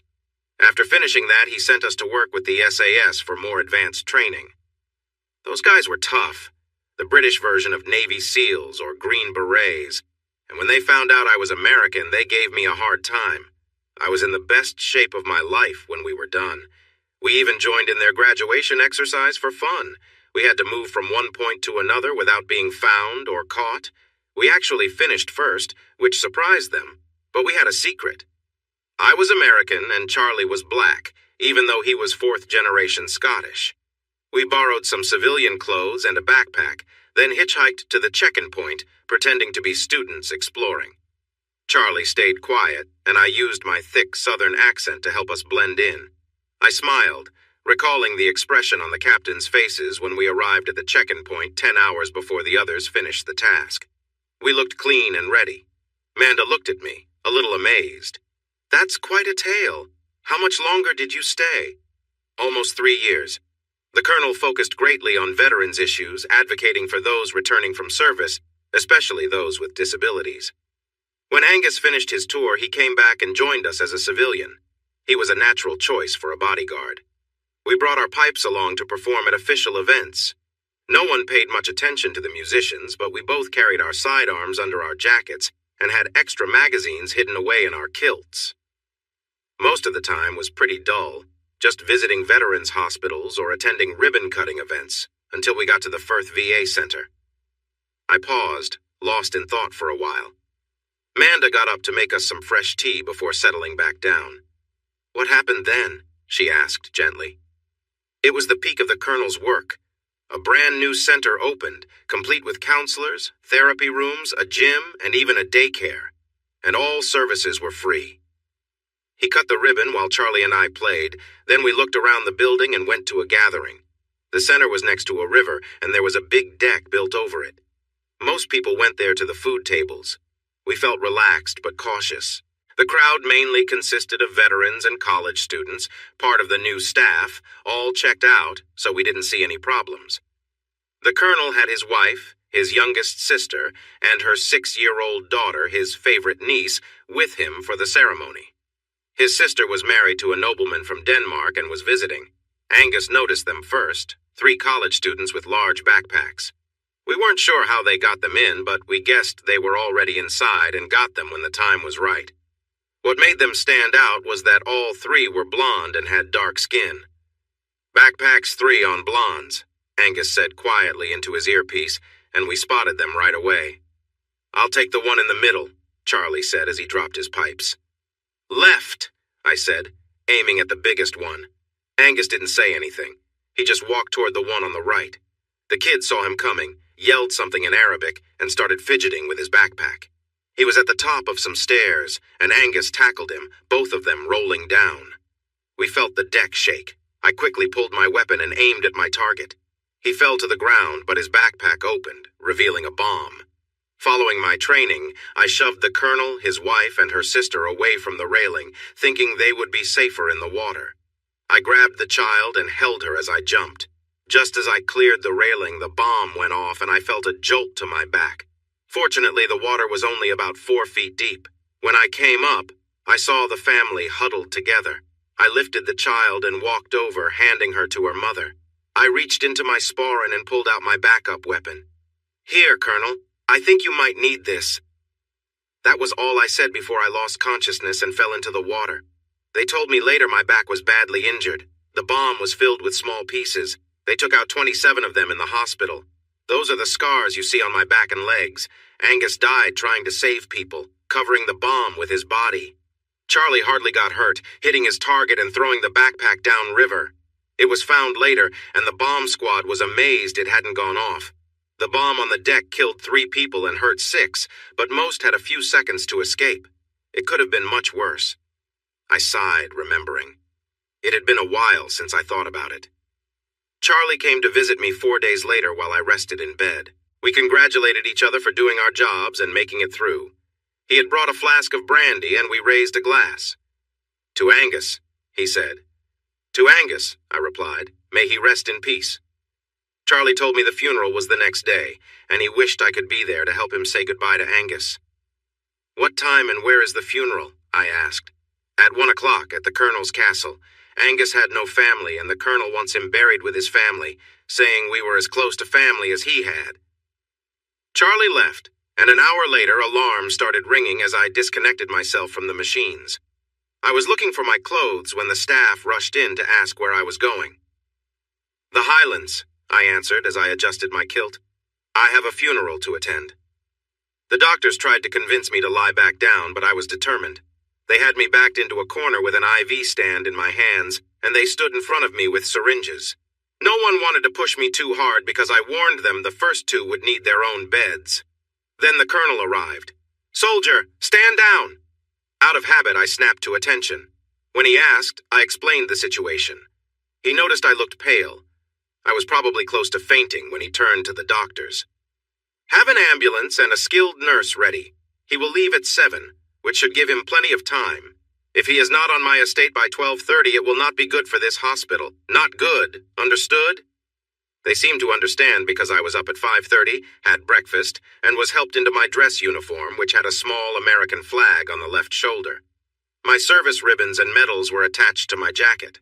I sat in a wheelchair until they brought Angus to the cemetery. When that happened, I stood, my wounds still healing, with Charlie by my side, and we played music for Angus. We stood tall and never missed a note, even as tears fell from both of us. I sank back into the chair as the last notes faded away. Instead of going back to the hospital, I was moved to a guest room in the south wing, with a doctor and a nurse available for support. Many of our old friends came to see Charlie and me, including some from Iraq. We honored our fallen comrades and raised our glasses to those who made it home, grateful we were among them. I stayed for 8 weeks before being declared fit. What happened then? I received a medical discharge along with a small pension and was sent home. Because of my injuries, I couldn't pass the annual physical, so I had to leave. The colonel wanted me to stay, but it was time to go. I returned home, went back to my job, and married Kim. I'm thankful now that things didn't go as planned, because if they had, I wouldn't have you. She had shed a few tears at my story, comforting me with her touch. I can't believe you didn't pass that test. You're the strongest person I know. I'm doing okay for now, but if I push myself too hard, I won't be able to keep going. After a few hours, I wouldn't be much help. She cuddled close, ready to share her story when I interrupted her. One more thing. The news went wild with the story and shared pictures of me falling over the edge with a child in my arms. She was fine, thankfully. There was a big fuss for a couple of weeks until the news shifted to something else. 2 months later, when I was finally better, the colonel had us wear our formal uniforms and took us to London. We drove to Buckingham Palace where Charlie received the St. George's Medal and was honored by the Queen. I could tell I had her full attention. What about you? I received the highest honor the British give to someone from another country, and I was also recognized at that ceremony. It's a title that goes away when I do, but when we marry, you'll be Lady Amanda McClough for life. She started to respond, but I raised my hand. One last thing. The Duke was so moved by my efforts to save his family that he brought me to Denmark. During a public ceremony, I received another honor there. I am also Sir Ewan McLaugh in the Danish court. Mandy's smile lit up her face. I can't wait to tell my mom. I would prefer if you kept it a secret until the ceremony. Let it be a surprise. She promised to try her best, but didn't make any promises. Oh, and the tattoo I have is the emblem of the Scottish regiment I served with, and the initials around it honor my fallen friends. Mandy sat quietly for a moment, thinking about what I had shared before letting out a sigh. I grew up in Africa. My father met my mother at a local gathering for visiting guests, and they fell in love. They were together for 10 years before separating. Mom wanted to leave Africa and move back to England, but Dad couldn't leave his business. He was a big importer and exporter and felt he couldn't just pick up and go without selling the business. He had some great offers but couldn't walk away from the company he built from the ground up. I was 9 when they separated and chose to live with my father. My mother wanted me raised in a more developed country, which didn't help her case in court. She was a foreign national while Dad was well respected in the area. The laws back then made it hard for her to win custody, so she could only have me during the summers. Dad was a good man, but really didn't know how to raise a child, especially a daughter. He loved me very much, but his job took him away for long hours. I went through many caretakers until my grandfather came one day. He wanted me to spend time with him and learn about my people, the Maasai. I lived in his village for 2.5 years, learning our traditions and ways of life. There was something special about the village, and I truly enjoyed my time there.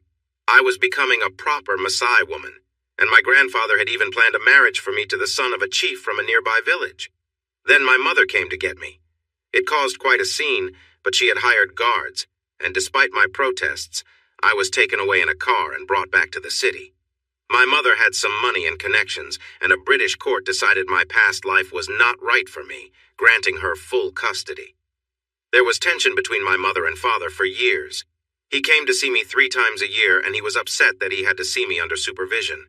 To this day, he won't talk about her, and I have no idea what will happen at the wedding. She paused, wiping her eyes. I held her closer. I understand, I said. I talked to your father, and he agreed that this day will be just for you. He won't bring up the past. When your mother arrives, I'll sit her down and explain calmly that if she causes any trouble, she'll be on a flight back home within an hour. The colonel promised to support me, so if your mother is as taken with royal matters as you say, that might work. Really? You would send my mother away if she doesn't behave? I would if I had to. I think she'll get the message, though. Now please, go on. Amanda sat up and gave me a quick kiss before starting again. I was a bit of a handful as a kid. I got my tattoo when I was 16 for two reasons: to celebrate my heritage and to annoy my mom. It worked, and she sent me off to boarding school. Being away from my family's distractions helped me focus on my studies. I worked really hard to catch up. When I turned 18, I applied to Duke Medical School and got in. Now I'm here, ready for my future. Maybe not as thrilling as your story, though. I smiled and kissed her again. Maybe not in the same way, but it's still special. And your Maasai warrior will have to accept that you love and will marry someone else. I hope whoever tells him does it gently. And if he wants to argue about it, I'm ready. Little did I know how true that would turn out to be. All our friends had arrived, flown in by the Colonel. Her mother was a bit distant towards me until the Colonel mentioned how close we were, and that I had helped him several times. It was nice to see my old friends again, but when they went out without me, the Colonel and I had to step in and cover for them. Charlie got upset because a bystander commented on his nice dress shirt. He might not be able to say much until his mouth healed. On a sunny day in early June, the local church was full of happy faces. My boss sat in the front row along with the Colonel's wife and younger sister. Her second daughter was the flower girl, while her oldest, now a teenager, sat beside her and smiled, reminiscing about a cold, muddy day from long ago. Her husband, the Duke, was on the other side. Amanda's new stepmother was in the front row as well. She was a Maasai woman who admired her father, and he felt the same way about her. She seemed quite young, and Amanda looked like she might have a younger sibling soon. Surprising everyone, her grandfather was there too, dressed in traditional robes, along with two of his wives. Amanda's mother was a few rows back with her new husband. They did not seem nearly as joyful as Amanda's father and his new wife. I wore my military kilt, complete with ribbons and medals.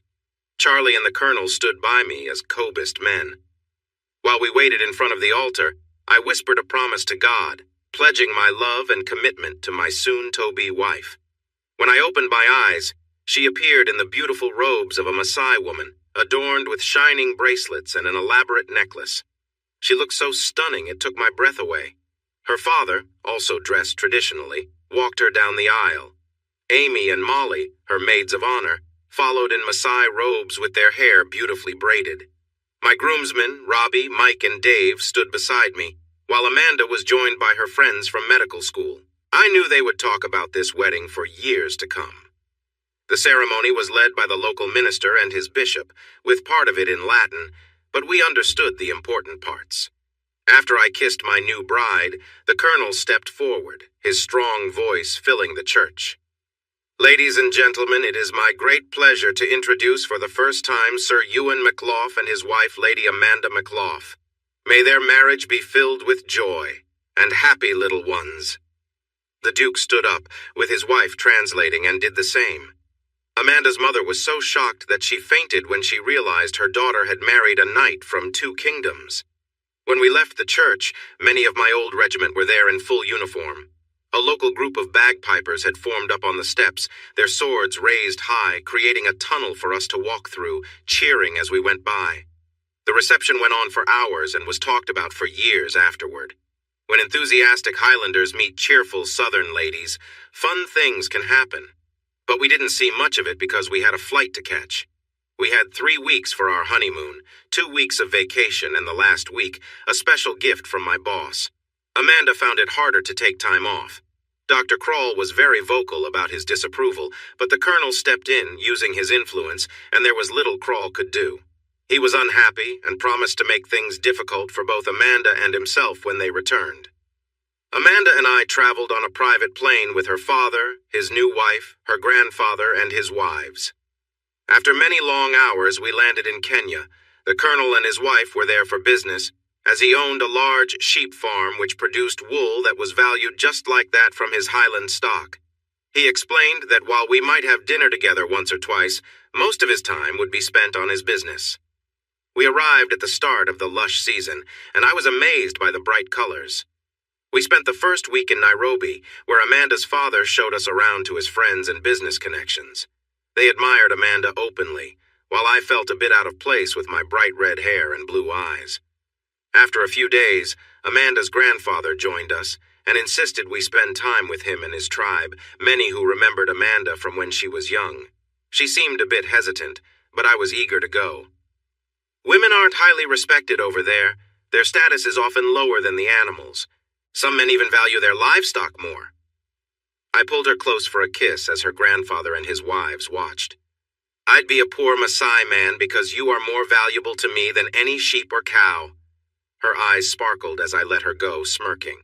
Now, if chickens were involved, I might have to think again. You know how Southerners love their fried chicken. She playfully hit my arm and started chatting with her father at a speed that was hard to follow, even if I understood the language. Finally, her father approved our plan. We'll leave tomorrow morning. It's a long drive, so we'll need to pack plenty of water and snacks. I hope you enjoy it. Most visitors don't get to see the real Maasai way of life up close. Oh, and there's an old tradition where men can share their wives with friends if they choose. You won't mind, right? She laughed while she talked, but then became serious. It's not something people do much anymore. It's mostly faded with my grandfather's generation. It's still legal, but many can only afford one wife now. You have a bit of money, my dear. Maybe we can find a nice girl around 16. In this economy, we might be able to find a good deal. She laughed at my surprised expression. The only problem with that idea is that I would take care of the girl, and then you. We both agreed on private property, right? Besides, do you think a little girl could handle this? We were lying in bed while we talked, and after she said that, she stopped talking and started doing other things. I decided to be quiet too, turning her around and returning the favor. After a little while, we both started to speak again. Feeling relaxed, we cuddled and she giggled. Get some rest, dear.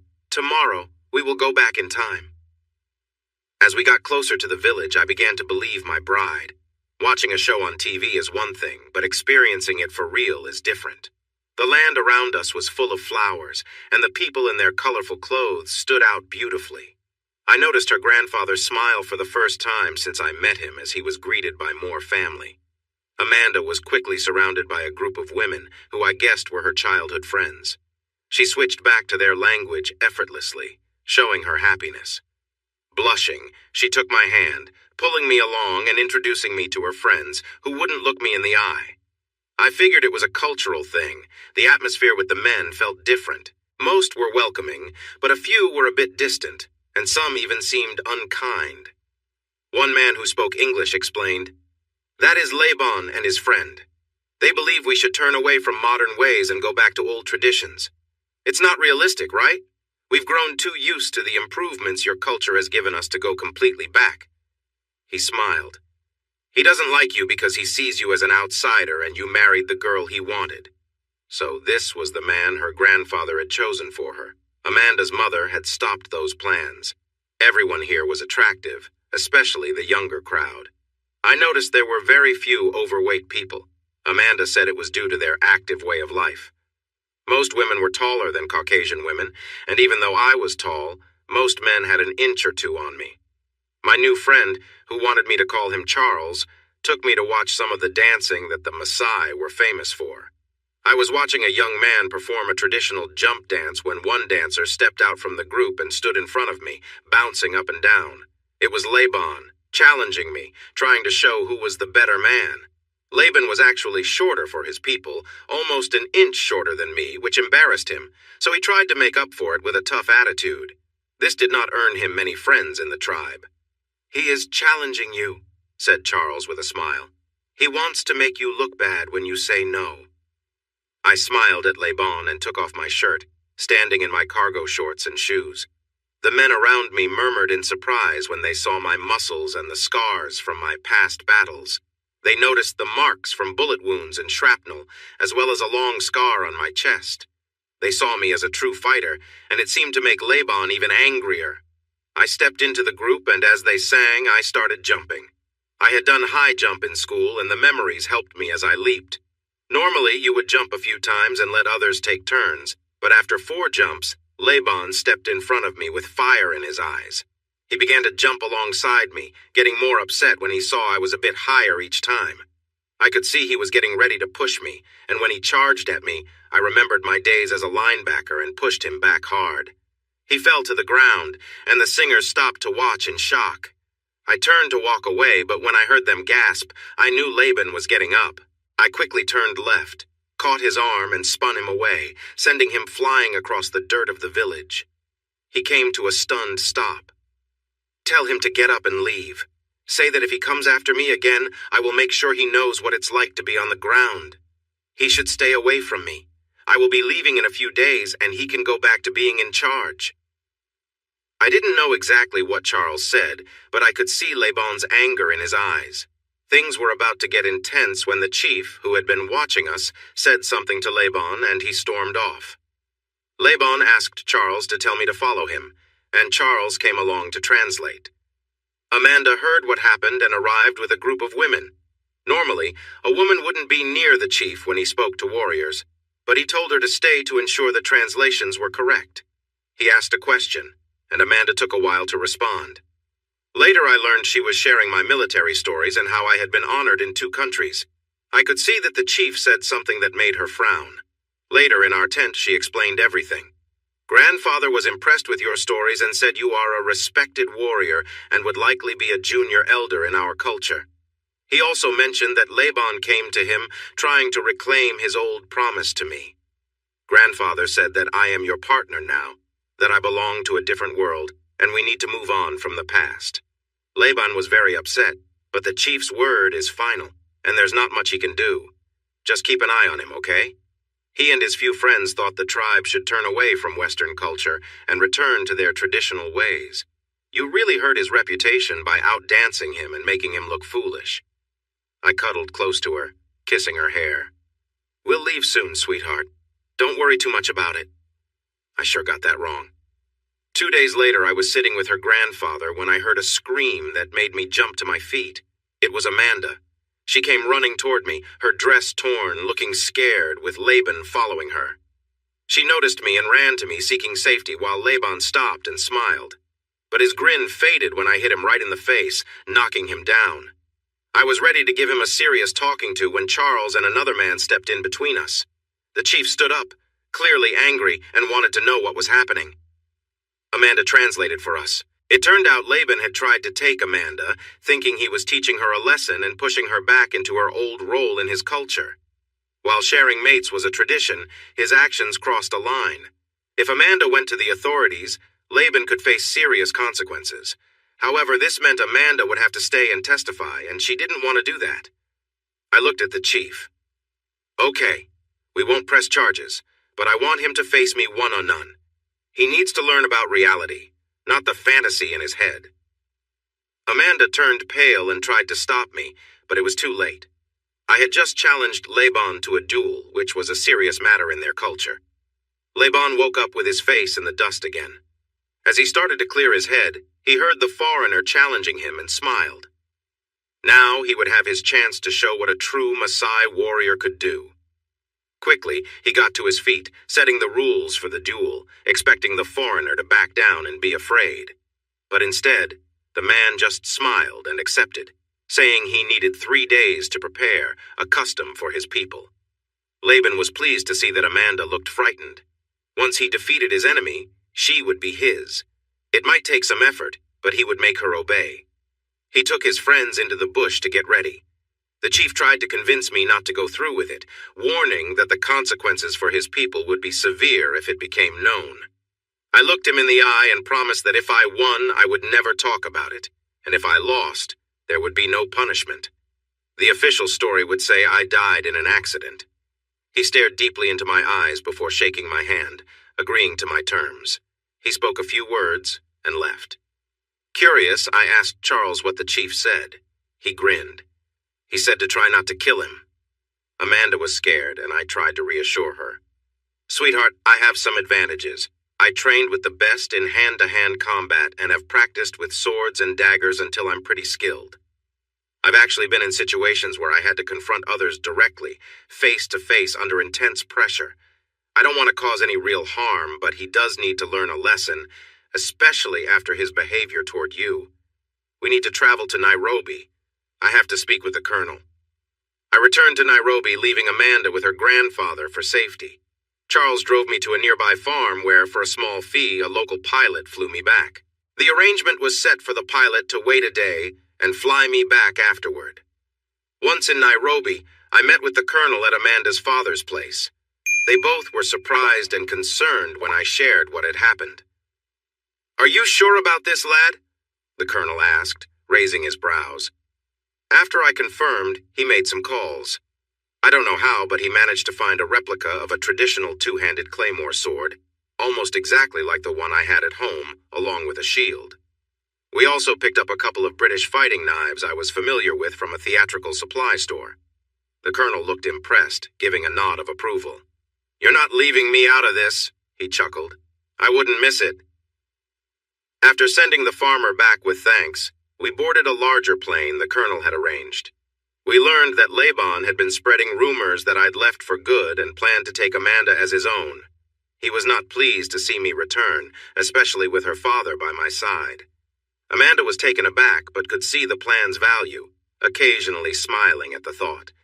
"He's in for a real surprise," she laughed, settling into my arms. The next morning, Laban stood, fully prepared in traditional attire. His face and hair were painted a vivid red, and he carried his lion spear and shield standing tall before his supporters. A murmur spread through the crowd when they saw me. I had shaved my beard the night before, and Amanda had woven my hair into traditional rows, presenting me as a warrior of the old ways. I appeared bare, but for a belt holding the essentials. My whole body had been painted with blue patterns, with a white stripe across my forehead and one crossing my chest diagonally along an old scar. Amanda had done the painting with precision and dedication. In a bold gesture of her own, Amanda had cut her hair, a Maasai tradition for women upon marriage. She smiled with a mixture of excitement and pride. "It's tradition here," she said. "After this, we'll have a full Maasai wedding as planned, so be careful, I want you in one piece." With her support, I felt ready for what was to come. The sun rose and we prepared to face the challenge ahead. "I'm sure this will give the girls something to think about," she said, "and I want you to look excited when you see him. A few people say he's not all that impressive. This will remind him he's up against a better man." Just before we left the tent, she leaned in and gave me a big kiss. "Be careful. And if you get hurt, I will make him pay." Everyone looked shocked when we stepped out. Along with me, Amanda wore the same blue face paint and she had on her kilt. People gasped and quickly moved out of our way. I was surprised to see that the colonel had brought in 4 trustworthy pipers. They formed an honor guard, 2 in front and 2 behind, playing a lively tune as we walked to the center of the village. Laban stared in amazement at the man before him and his friend. They looked like characters from an old story. For the first time, he thought he might actually lose. He shook off the idea. This was just a man, and soon his blood would mix with the blue paint. The chief asked them not to fight, but when they refused, he requested that they stop before it got too serious. The foreign fighter agreed to hold back, but Laban did not. They moved to the open area. It bothered Laban to see the man smiling. He was a warrior who had defeated a lion alone, something that was not allowed. No one should stand a chance against him. Laban struck his spear against his shield in a traditional salute, showing he was ready. The foreign man did the same, but then dropped his shield and took hold of his large sword with both hands. Laban believed he had the advantage, but the man fought fiercely. For 5 minutes, they exchanged blows until Laban saw an opportunity. He thrust his spear, aiming for the man's heart, but the strike met only air as the man spun, bringing his sword down and breaking Laban's spear. I had to give him credit. He wasn't afraid. As we fought, I felt he wanted to leave me on the ground. Finally, I got him to stretch too far and broke my spear where it connected to the handle. He quickly dropped the broken part and stepped back to draw his sword, then burst out laughing when he saw I wasn't chasing him, instead waiting calmly with my weapon lowered. The claymore sword had a longer reach than the traditional Maasai blade, and I used it to my advantage, making him work hard and teasing him while the crowd cheered. I let him charge me and then stepped aside, hitting him with the flat of my blade. His clothing did little to soften the blow. I wasn't sure if he was screaming from pain or from feeling embarrassed. I got a bit careless, and he managed to land a hit, leaving a small cut on my stomach. It hurt a lot and looked very different against the blue paint. Amanda nearly fainted. Laban stood back, grinning, until I dipped my finger in the blood and made lines on my forehead. I'd like to say I easily defeated him, but he was a tough opponent. We fought in the village square at least 4 more times before he made a mistake. That mistake cost him dearly, and I swung my sword against his head with a loud thud. He fell down right away. I dropped the sword and took out a smaller knife to cut off the elaborate top knot he wore. It felt like the right thing to do at that moment. I held the hair up as I walked toward Amanda. Her expression switched from amused to horrified, and I sensed something was off. Instead of moving aside or fighting back, I dropped to the ground, causing Laban to trip over me. As he tried to get up, I had my knives ready, and without hesitation, I stabbed a knife through his foot. Before he could scream, I grabbed his clothing. "Submit or you'll regret it." He didn't understand my words, but he got the message. He dropped his sword and raised his hands in surrender. To make my point clear, I gave him a painful cut. He wouldn't be bothering anyone for a long time. I managed to get up, and Amanda rushed to my side. I walked slowly to her grandfather. "It's over, understand? He fought well, but he's also foolish. If he doesn't change, the next fight could end badly for him. If he even gives us a bad look, I won't hesitate to finish what I started. Make sure he understands." One of the musicians was also a medic, and he treated my cut before checking on Laban. Laban was taken away in shame and defeat. Amanda's father later told us he refused help from modern medicine and relied on a witch doctor to heal him. His foot got infected, and by the time he sought real help, it had to be removed. He left the tribe soon after, and no one knew where he went or even looked for him. We had our traditional wedding, and the celebration lasted deep into the night. Her father arranged a plane for us, and we left the next day. Her grandfather gave me a beautiful bracelet, and Amanda explained it symbolized that I was now recognized as a junior elder in their tribe. He also gave me a Maasai name, which meant Red Warrior. I realized it was a great honor, so I thanked him a lot before giving him the claymore and the knives. We stayed in Nairobi for 2 more days before heading to Cardiff to visit her mother. It was less of a regular visit and more of a big show. She made sure everyone knew her new son-in-law was the famous Mad Yank. She shared old pictures of me with the Queen and the royal family. Each day we went somewhere fancy for tea. Amanda was getting a bit frustrated, but I smiled. Let her enjoy her moment. It's not every day a dream comes true. I have a surprise for her. Just wait and see. That morning, a shiny Rolls-Royce picked us up and we got in. There was a note on the seat. "Sorry, my friend, but I have work to do. Please forgive me. I'll see you at the castle." We took a 2-hour drive through beautiful scenery and arrived at a castle. Later, I learned it was the summer home of Prince Charles and Camilla, although I didn't know this at the time. Amanda's mother, Claire, knew, and she almost fainted when the colonel walked up with Charles and Camilla, who were pushing a stroller with their youngest grandchild, a little girl. 3 nannies were nearby. The parents were out for the day and would return before dinner. We had a nice tea, but Charles and the colonel talked so much about horses that it got a bit dull. Camilla finally spoke up. "Enough, you two. You have your granddaughter here and you've hardly paid attention to her all day. Her parents will be back soon, and then she'll leave." They both quickly changed the topic, and Charles held the baby. We got to see the future King of England playing with her, making silly sounds as the baby laughed. Claire even got to hold her for a few minutes, and she made sure Amanda took lots of pictures. It was probably the best day of Amanda's life. She mentioned how her Facebook nearly crashed with all the attention it got. Just before we left, Claire pulled me aside. "I know I can be a bit much, but I really want what's best for my daughter. And you know what? I think she has it. Expect more visits, especially when grandchildren arrive. Now, go on and make sure Amanda calls me now and then." We left England and returned to North Carolina. The band decided to take a break while I was gone. Tony was focused on getting custody of his daughter since his ex was getting remarried, and Mike had a few projects on his mind. Molly, Rob, and Amy were feeling bored. When Robbie told them he and Molly planned to perform some shows on their own, no one was upset because everyone knew they were the serious musicians in the group. Amy joined them to keep an eye on things, as she told Dave. They found a guitarist, bassist, and drummer, which allowed Rob to sing more. He had gained a strong stage presence, and they performed well together as a group called Rob and Molly.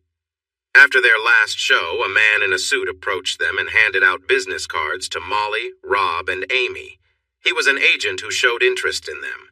When they explained that this was just a side project, he smiled and said, "I'm not looking for anyone else, just the 3 of you. Your voices and stage presence will draw in the crowds. Think about it and contact me." This was the start of changes for the Tub Thumpers, though we didn't realize it yet. For a few more months, we continued to play, adding new songs. We played our version of Galway Girl with me on the accordion, and I even got to sing it. The audience started to join in, singing Day I loudly. Robbie and I arranged a version of Some Nights with 3 microphones. I played my pipes, Molly used a floor tom, and Robbie had his snare drum, which gave it a lively feel. Everyone sang along while I mimicked the auto-tuned voice with my pipes. Dave was a fan of Rapalja and soon got all of us listening too. He suggested we perform Loch Lomond, so we did it with just our voices at first, letting Dave sing the lead. In the end, Molly and I shared a 5-minute tune on the fiddle and pipes that usually quieted the crowd. After many requests from our fans, we even tried a version of Danny Boy that was well received. I was a Rod Stewart fan and had seen him perform several times. One day I was in our living room playing the sweet intro of Rhythm of My Heart on my accordion. It was one of my favorite songs about a soldier coming home. Amanda sat beside me, resting her head on my shoulder, enjoying the music. I could tell she wanted to talk, so I put the accordion down and gave her a hug. "What's on your mind?" I asked. She looked concerned, which made me realize it was serious. "Can we talk about having a baby? My residency is nearly over and it could be a good time." I looked into her eyes until she started to feel uneasy. "We don't have to talk about it now, it's just the best thing you could ever say to me. I wanted to bring it up earlier, but I wanted to wait until you were settled. You would be a wonderful mother, and I hope I can be a good father." Now she was crying with big tears in her eyes. "Really?" "Absolutely, come with me." I took her to the bathroom and removed her birth control pills, flushing them away. "How about now? Do you believe me?" "Yes, but you are so wrong. I see you with kids, and I know you'd be an amazing father. Now let's get ready." She was almost late for work. Dr. Kroll could be quite difficult, and she often met with the other women there to share experiences. If you were easygoing or a bit charming, you were treated better. Making waves can make life tough for a long time. I would feel relieved when she no longer had to put up with him. She didn't say much, but I could tell she was anxious about finding a job. Not many new doctors stay close to home, and their grades had a lot to do with the jobs they got. Amanda had great qualifications, even with a few not-so-good reviews from Dr. Kroll, so she would land good interviews. She had trained to be a pediatrician because she loved working with kids, but there weren't many local jobs. I knew this was weighing heavily on her mind, so I took her for a drive and parked in an empty driveway. You could just see the old remains of a foundation. In the South, we called this a home place. It was from my old house. The land had been in our family for 150 years. I knew I would never build there again since most of the surrounding land was now for industrial use. I had received many offers as the economy improved. It was time to let go and find our own home place. "What is this place?" she asked. "This is your freedom, dear. Originally, it was 23 acres. I added another 17 when the economy took a hit. The house burned down while I was in Scotland. I put the insurance money into a trust the Colonel set up for me so no one can touch it. Kim was upset when she saw it in the asset disclosure. She couldn't take it anyway, and I didn't want to hear her pressure me about selling it, so I never told her I owned it. I'm giving it to you to do what you think is best." "Thank you, dear, but what will I do with 40 acres?" she asked. "You're going to sell it. The property has become very valuable recently. Look around and count the new businesses and construction you can see from here. One developer is interested, hinting at wanting to acquire some of the land. This way, if he wants it, he'll have to make a proper bid like everyone else. The lawyers say it could sell for anywhere between $250,000 to $400,000, depending on how badly someone wants it. That should be enough to help you start your own practice or buy into one. The auction is in 3 weeks, so we'll know more then." I was glad I was close when her eyes widened, and she almost fell. I caught her just in time. I kissed her and breathed in her hair as she woke up. Her hair was now a lively mess of short curls that I really liked. Amanda mentioned she wanted it a bit longer, but not as long as before. I loved it however she wore it, but I wasn't a fan of very short styles. She promised me she wouldn't try that again. She startled awake, letting out a joyful shout, and immediately jumped up and down, kissing every part of me she could reach. She calmed down, but tears of joy kept coming. "Thank you, dear. You have no idea how worried I was," she said. "Oh, I had a pretty good idea," I replied. "You don't love and care for someone as deeply as I care for you without noticing certain things." She held my hand on the way home, feeling relaxed. But then she suddenly sat up straight. "We can't spend that money on me. That could buy a really nice house." I surprised her even more. "Don't worry, love. Half of everything I earned while working for the Colonel, along with the pension and insurance money I mentioned, is saved in an account in the Seychelles, managed by the Colonel. He assures me we can buy any home we want within reason. So focus on your career, and when you're not working, start looking for a house." For a moment I thought she might faint, but instead she smiled. "What if I said I wanted to live on the moon? I'd start shopping for rockets. You should know that you are the most precious thing in my life, and I would do anything to make you happy. Any children we might have will carry that love forward. Do you understand?" She sighed, leaning back again. "I'm starting to," she said softly. After that, "Rhythm of My Heart" became our song, and we sang it to each other as a lullaby, getting ready for our future kids. Naturally, we added it to our shows, using it as a closing song. We made it longer and softer, repeating the last verse while standing with our arms around each other in front of the microphones, without our instruments. Looking back now, those were probably my favorite moments in our history as a band. When we wanted to add a new song, we would gather the lyrics and sing together, practicing harmonies before we even brought in the instruments. We usually sat on stools, side by side, sharing one microphone. I felt it brought us closer together. While Manda focused on her career and began house hunting, we worked more but enjoyed it less. I was starting to worry that the band might not last much longer.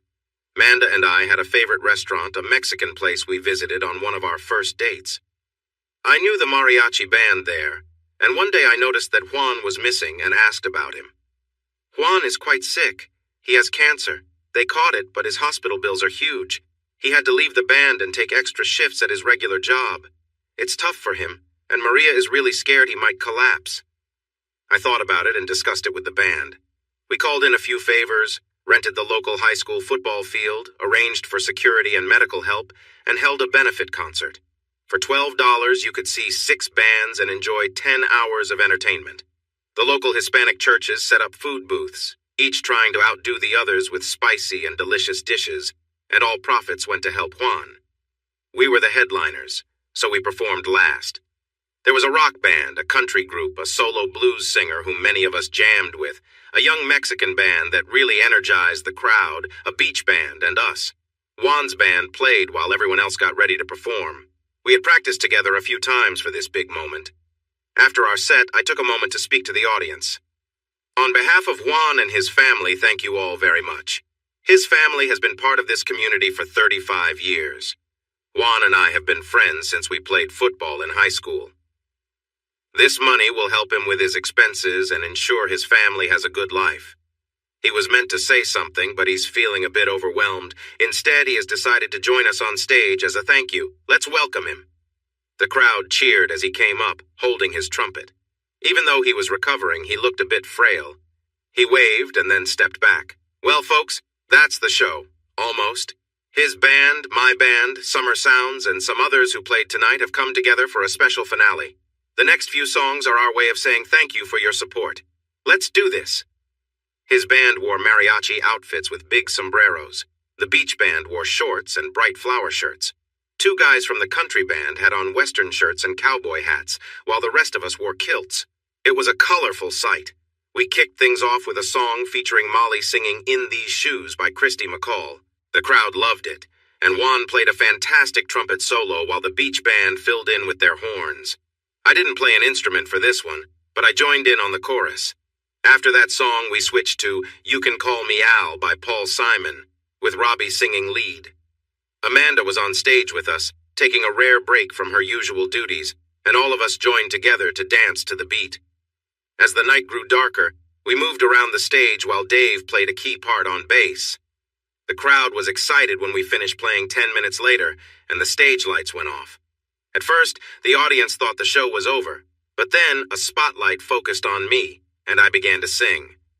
Wanna jitterbug, wanna jitterbug, and the band jumped into Wake Me Up Before You Go Go by Wham.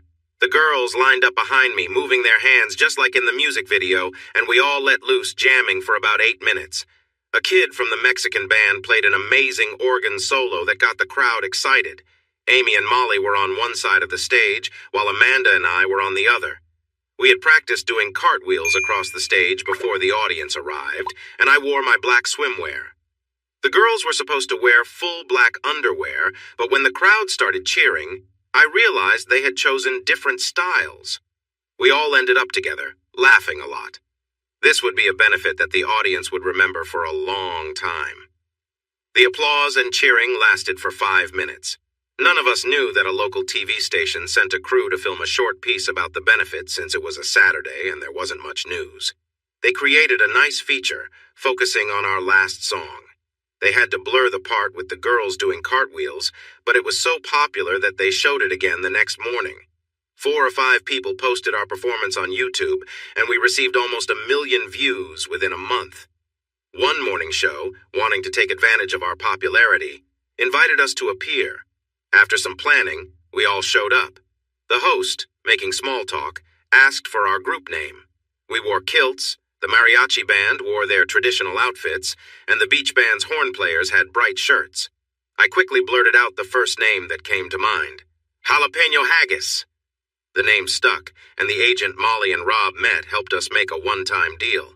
We recorded 4 songs, including the ones from the concert and a good original written by Rob and Molly, and sold it on iTunes.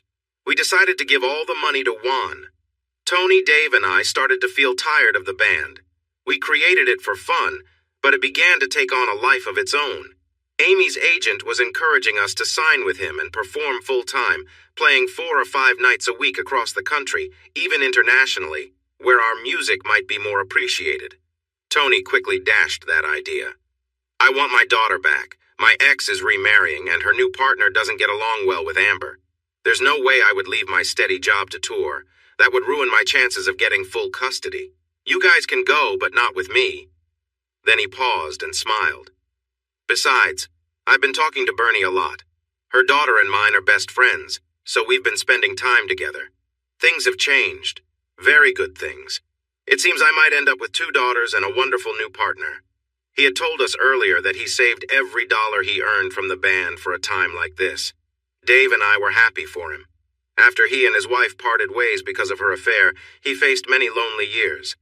It took him quite some time to learn to trust women again. Bernice, who was kind and attractive, added a spark to his life. Whenever she came to events or just to chat in the barn, a special connection formed between them. Even their daughters noticed and giggled, calling each other my sister. Dave felt similarly. I'm really tired of finding someone to look after the kids. Janine is acting out a bit, and the school counselor says it's because her routine has changed. I haven't talked to Amy yet, but it's important. I hope she understands. Congratulations, Tony. A good woman's love truly means a lot. That comment came back to surprise him in the weeks that followed. Tony and I were sure Amy would want to continue. She enjoyed the attention she was getting. I sensed that serious talks were coming soon. Like you guys, I'm almost finished. Amanda will soon be a doctor and is considering partnerships or maybe starting her own practice with a couple of senior doctors interested in part-time work. We did really well at the land auction with several developers bidding against each other, and we ended up winning, going way over what we expected. I might get a promotion at work, which means more responsibility. I told her I would leave the band in a few months, and she agrees that it's time to move on. We sat together, remembering our journey, and agreed it was worth it. We planned to share this news with the others after our next few performances so they could think it over. However, things changed when Robbie rode home with me 2 weeks later, hesitating until I urged him to share what was on his mind. Dwayne wants to sign us to a contract and even has a record deal ready. That's great, Robbie, but what's the problem? There must be something bothering you. He quickly spilled it out. He only wants me, Molly, and Amy, saying the band would be more appealing with younger members. I could not help but be curious. What do you and Molly think about that? We think it's unfair. We wouldn't be here without you and Tony. It feels disloyal just to consider it. Seeing him surprised by my smile, I encouraged him. I think you should go for it. Tony, Dave, and I have already discussed this, and we're all ready to move on. Listen carefully. I don't trust Dwayne at all. Get a good lawyer, maybe the one I used for my divorce. They have a team focused on intellectual property law, and it would be smart to seek their advice and listen to it. I can call Maggie to help you if you want. But listen, Robbie, this is important. I know you and the others want music to be your future, so be careful. If you're not, you might lose control and not earn much. Don't sign anything before letting the lawyers check it first. He sighed in relief that I wasn't upset, but then looked worried. Dwayne has a contract ready, and he's really pushing us. He says he can't help us until we sign it. That should raise a red flag. Don't do it, Robbie. Take care of yourself and Molly first. He agreed to discuss it with Molly and to wait for the lawyers to review the contract. Then something he mentioned earlier came back to me. What about Amy? If he was nervous before, now he looked truly distressed. Promise me, really promise, that this stays between us for now. Amy is really excited about going on the road, seeing the country and everything. Molly thinks there might be something happening between Amy and Dwayne, and that's affecting her choices. Well, that was news I didn't want to hear. I have strong feelings about cheating, and I started to wonder. Thinking it through, I realized Amy had been keeping her distance from us. She and Dave have 2 kids, a 10-year-old boy and a 7-year-old girl. It would break Dave's heart if Robbie's suspicion turned out to be true. Be careful, Rob, and make sure Molly is too. If Amy is being unfaithful and Dave finds out, it won't end well. But I'll tell you this. I plan to talk to Amy soon. If she is thinking about being with Dwayne, she needs to be honest with Tony about how she feels and walk away. It will hurt him, but he might not resent her as much if he hears the truth instead of discovering she was unfaithful. I thought about it for 3 days. I tried to catch Amy alone after a few shows, but she left quickly. I got the feeling she was avoiding me. Dwayne, still trying to impress us, secured a job we couldn't refuse playing at the opening ball of the Grandfather Mountain Highland Games, one of the oldest and most respected events in the South. The ball was by invitation only, a gathering of the upper class. I found the woman in charge to be annoyingly condescending, and knowing I might never get to play there again, I decided to speak up. Listen, we've been doing this for a long time, so we know what we're doing. Please let us set up in peace. If you don't like our show, you don't have to pay us. Sound fair? It was clear that she wasn't used to people speaking their minds. She huffed in surprise when she finally found her voice. I've never met someone so rude in my life. I shrugged. That's not my concern. Maybe you should spend time with musicians who don't hold back. You might learn a thing or two about what rudeness really is. I need to set up this equipment quickly so I can get on with being a bit cheeky toward people who deserve it. Have a shiny ball in the meantime. If you're lucky, you might spot a grumpy waiter or bartender. One can only wish. She stormed off. I looked at Tony and Dave, who were trying hard not to laugh but failing. Then I glanced at Amy, who looked shocked, and at Molly, who was just smiling as she twirled her bow around. We heard someone laughing loudly for a moment. Then Robbie came back, wiping tears from his eyes and trying not to smile. The ball was quite something. We were playing first, and then a full orchestra was going to take over for waltzes and such. I looked over at the head table and saw the woman I had spoken to sitting next to the colonel, chatting away. They often invited some notable Scot as a guest of honor, and this time it was his turn. He caught my eye while the woman talked, his face showing a small smile. He told me about the conversation the next day while we stood together, watching the parade of tartans move around the field. You really got under her skin. I almost couldn't breathe from holding back my laughter. It was even funnier when we spoke to the main supporter of the games and she thanked me for coming. Oh, I replied. I'm truly honored to be at this event. I was even more excited when I found out an old friend would be playing in the band. He's done a lot for both Scotland and America. Really? How does an earl meet an American bagpiper? Well, we first met in Iraq when he saved my life and the lives of my men. I ran into him again in London, where he saved me from danger once more with help from one of our soldiers from Iraq. After that, I considered him my good luck charm and had him assigned to me as my bodyguard and piper. Was he really a lucky charm? I couldn't stop smiling when I talked about how you and some old friends saved me once again, and how you personally saved me, my wife, and my sister and her child. You might remember him from those times. The press called him the Mad Yank. There was a big article about him in the Times, sharing his story since he began working with me, even featuring photos of the Queen giving him medals, and another of him being knighted. A week later, the royalty of Denmark did it again. My sister is a duchess in Denmark, and there was even a picture of him jumping through the air while protecting my niece. Quite a remarkable man are you and McClough. And be ready, my friend, they are thinking about having you as the guest of honor next year, a local hero with Scottish ties and a true knight to celebrate. I bet the woman who spoke harshly to you yesterday will be much friendlier today. We had a wonderful day. Robbie took part in a competition where he tossed bags over a bar. He didn't win, but he had a lot of fun. I did some traditional dancing and played music during the contest, not as a competitor, but as a guest because they recognized me. Dave surprised everyone by coming in second in the hammer throw, his strong arms showing as he swung the hammer.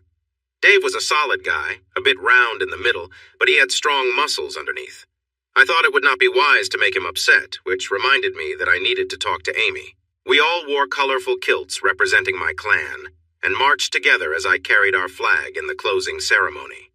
The group organizing the event warmed up to me, and I was polite, saying I would think about it.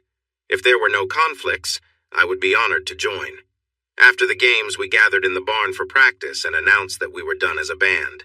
Everyone knew except Amy, who looked both sad and relieved at the same time. Dave said he was unhappy but glad to focus on his family. I noticed Amy seemed a bit uneasy when he mentioned family.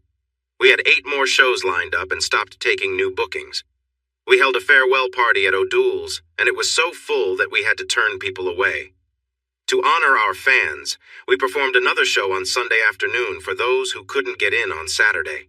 Even then, we still had to turn people away. We were all surprised at the tears and the number of kilts worn to show support. It seemed we had made a difference in people's lives. It was our last show, and we had tears in our eyes too. Well, our last show in the country. Dwayne, with help from the Colonel, arranged for us to perform at 3 festivals, 1 in Ireland and 2 in Scotland. We thought it would be a fantastic way to end and agreed to go. It would be a 2-week trip. We also decided to make it a family trip. Mike was taking Bernie, his daughter, along with her friend, and Dave was bringing his 2 kids, despite Amy's worries. We're only performing 3 times in 2 weeks, so we'll have plenty of time for family activities. It will be a trip to remember. The kids are old enough to cherish these moments. We're even going to stay in a real castle for 3 days, thanks to the Earl. What reason do we have not to take them? Eventually, Amy agreed, and I knew I had to talk to her soon. We had enough notice to plan our vacation. I had built up enough time off to feel relaxed. When my boss found out the reason I was taking it, and that I would focus on my main job when I returned, he smiled and said, "Good. The assistant production manager's job is going to open up soon. One reason you weren't a top candidate was your outside interests, but that's not a problem now. You're a strong candidate. Go for it. And when you get back, we will talk." Dave and Tony had enough seniority to take time off, so everything was lined up. Even Amanda managed to get a week off, despite Dr. Krall's objections. She was going to join us for the 2nd week and be there for our final performance. I could see the Colonel's influence on that decision. We were like a traveling group, with all our instruments and luggage. People definitely noticed us. Amanda and I felt a bit pulled apart since this was the first time we'd be separated, and neither of us liked it at all. We began our trip in Ireland. The band decided to put Molly and Rob in the spotlight to help them shine during their solo performances. I still sang a couple of songs, but the others were all theirs, including 4 original songs that were turning out quite well. Tony and I helped them with the arrangements, and though they were still in progress, we could see the improvement. With those 4 songs, a few traditional tunes, and a couple of covers, they would have a solid first CD. We performed in front of about 50,000 people, and I'm proud to say we were well received. It was thrilling for all of us since we had never played to such a large audience before. I was happy to see the focus on Molly and Robbie. They both got invited to join in with some larger acts, which was great exposure for them. After the concert, we took tours, visited the Book of Kells, kissed the Blarney Stone, and did as much sightseeing as we could. When we arrived in Scotland, the kids were thrilled to stay in a real castle, and they loved their rooms. Millicent took a special interest in the children, organizing horseback rides, taking them to local sites, and generally caring for them. Soon, they wanted to spend all their time with Aunt Millie. The Colonel and his wife had never had children for reasons I didn't know. His wife adored the kids and urged me to start our own family. They will be the closest thing I'll ever have to grandchildren. Just so you know, when they get older, they will be coming to spend summers with us. Amanda is already on board with it, although she plans to take them to Kenya as much as possible. Her words touched me deeply, and on impulse, I hugged her. She was a bit stiff at first, except for a quick kiss on the cheek since we had never been so close. But she soon relaxed and returned the hug, gently patting my cheek when we let go. Without meaning to, I made her tear up. You know, our first son might not be happy about being named Archibald, but I think our first daughter will be fine with Millicent. Those were their given names. The thought of her living on through them overwhelmed her, and she quickly left the room. The Colonel smiled and said, "You've done it now. She may never forget this when they come to visit." My life just couldn't get any better. I was really looking forward to Amanda arriving. We hadn't been able to conceive yet, although we had tried. I secretly hoped we could while we were here, making our first child a true Scottish baby. She was a bit worried, but her doctor, a good friend, reassured us. "Keep trying. Sometimes it takes a while with the first one. Then suddenly you're expecting. Relax and enjoy this time. Your priorities will change once the baby arrives. Don't worry, it will be a good change." So when she called to say she couldn't come, I felt crushed.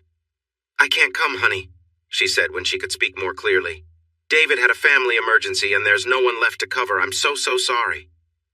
"I'm sad too, love, but soon you'll be your own boss and we won't have to worry about things like this anymore. I love you." She cried a bit longer before hanging up. The band noticed I was down, so they tried to lift my spirits. My mood brightened when Charlie appeared unexpectedly. After 24 years of service, he was now retired and working for the Colonel. I was even more surprised when some of our old friends showed up, including the lieutenant I had helped years ago. The doctors saved his arm, but he would always have limited use of it. I expressed my sympathy right after he learned he'd have some challenges ahead, and he smiled back. "No worries. Living with 1.5 arms is much better than not being here at all." It turned out that after retiring, many of them joined a band made up of veterans, performing at parades and special events. They were even playing at the festival, with 36 pipers and 14 drummers. The lieutenant was now the drum major, saying it was something he could still do well. Since the event was being recorded for television, I decided to do a tribute for Amanda, hoping it would cheer her up. The band was all in favor, and we made plans. As I stepped out of the elevator for my night shift, I smiled and greeted almost everyone in the hospital. Many praised my kindness, especially towards children. My heart swelled as I thought about how in 7.5 months I would become a mother for the very first time. I visited my friend that morning to confirm my thoughts. I learned I was definitely pregnant, 6 weeks along. In joy, I hugged her, and we both shed tears. When I calmed down, she asked if I was going to call Ewan with the news. "No, I want to see him in person and watch his face when he discovers our dream is about to come true." I'm sure it will be worth the wait. My smile faded when I saw David at the nurse's station. "David, what are you doing here? I thought you were out of town for a family emergency. How is your father, by the way?" He looked at me strangely. "Dad's been gone for about 4 years now.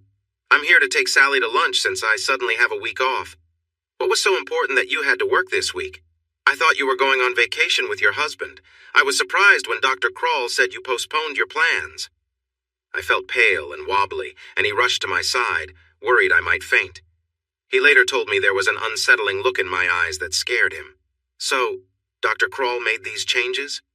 "Amanda, please, we're almost done here. Let it go. Soon he will just be a bad memory." I smiled, which made him more uneasy when I replied in Maasai. "What did you say?" "I said you were right. He will soon be just a bad memory. Excuse me now, I need to check in." David, Sally, and the other nurses watched her leave. "What do you think she's going to do?" David looked at the nurse. "Nothing, I hope." I paused just outside the office door, steadying myself, checking if my tablet was recording, making sure my lab jacket wasn't covering the lens. Then I opened the door with determination.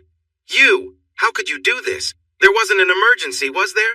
David is downstairs taking his girlfriend to lunch. He said you told him I wanted to work this week. Why do you think you can mess with people's lives like this? His smile vanished.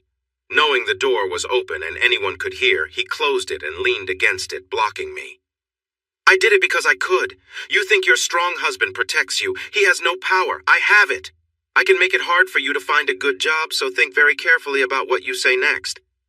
I sighed and slumped down. All right. What do you want? What do I have to do to be with my husband? You can start by showing a little gratitude. Why don't you take off your top? Let's see if it looks as good without a bra. That's it? A little show and then I'm free to go? Not by a long shot. You need to learn respect. I think a more personal favor would help. Now why don't you come closer? So, a small favor and it's over, right? He laughed. No. After that, we're going to spend some time together. Who knows, after that, you may not be in such a hurry to get back to your husband. Now come here.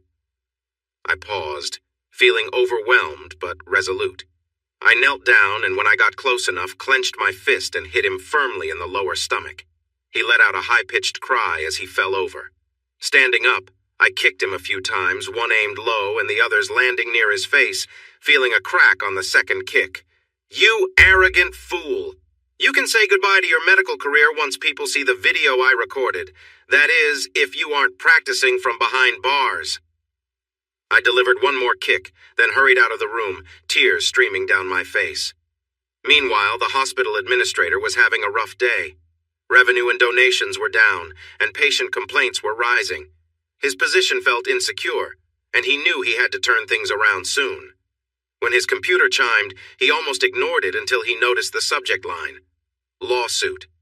He opened the email, watching a video clip from Dr. Kroll's office, his mood sinking with each second. At the end of the clip, there was a brief message. I'm taking 2 weeks off on my doctor's advice to recover and avoid further conflict. You have until I return to handle this situation. I'm pressing charges against the doctor for misconduct and intimidation. Ensure he doesn't leave or return to his home country, or I'll be forced to take this further with the hospital. Don't contact me. I'll be out of reach until I return. Amanda Abbasi McLaugh. The administrator played the recording twice more before arranging an emergency board meeting and notifying the authorities. Meanwhile, Dr. Kroll lay on the floor of his office, wincing at the pain and running his tongue over his broken teeth, his anger boiling. He cursed Amanda under his breath.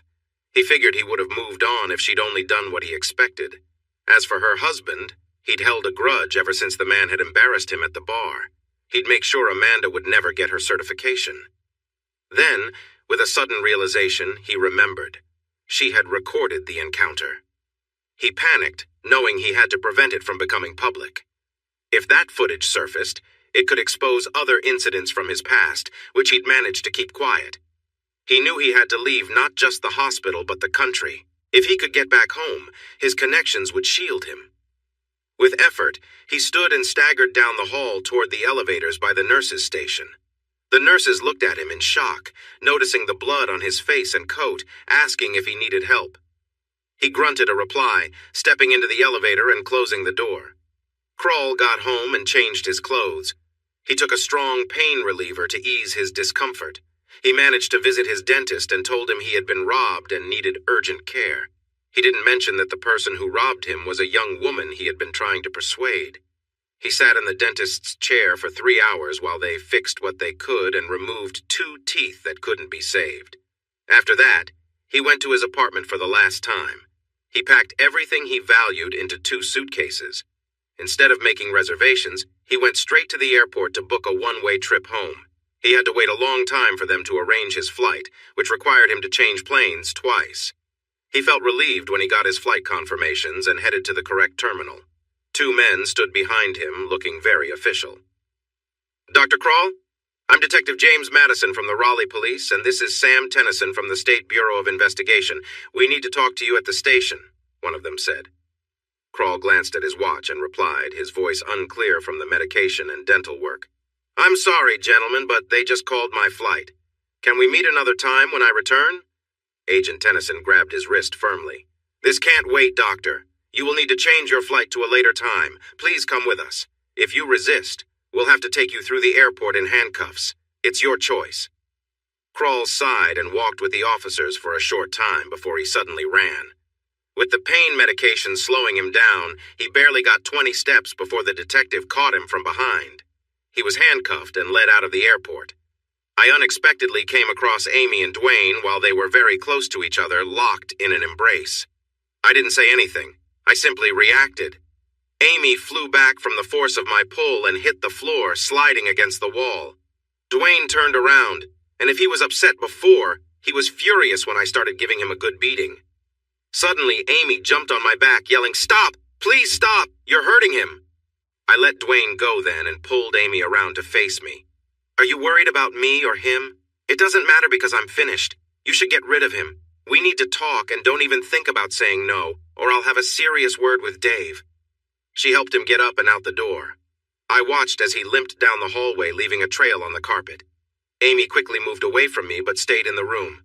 "Ewan, she began, but I interrupted her. "Have you been with him yet? Ewan, please, have you been with him yet?" Amy lowered her head and sniffled.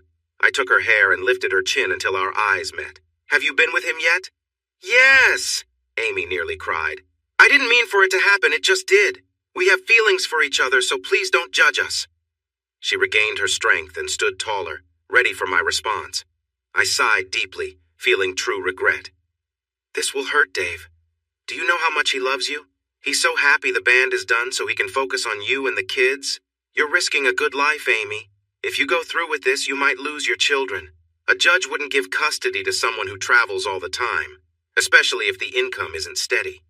You could even have to pay child support. Did you think about your kids?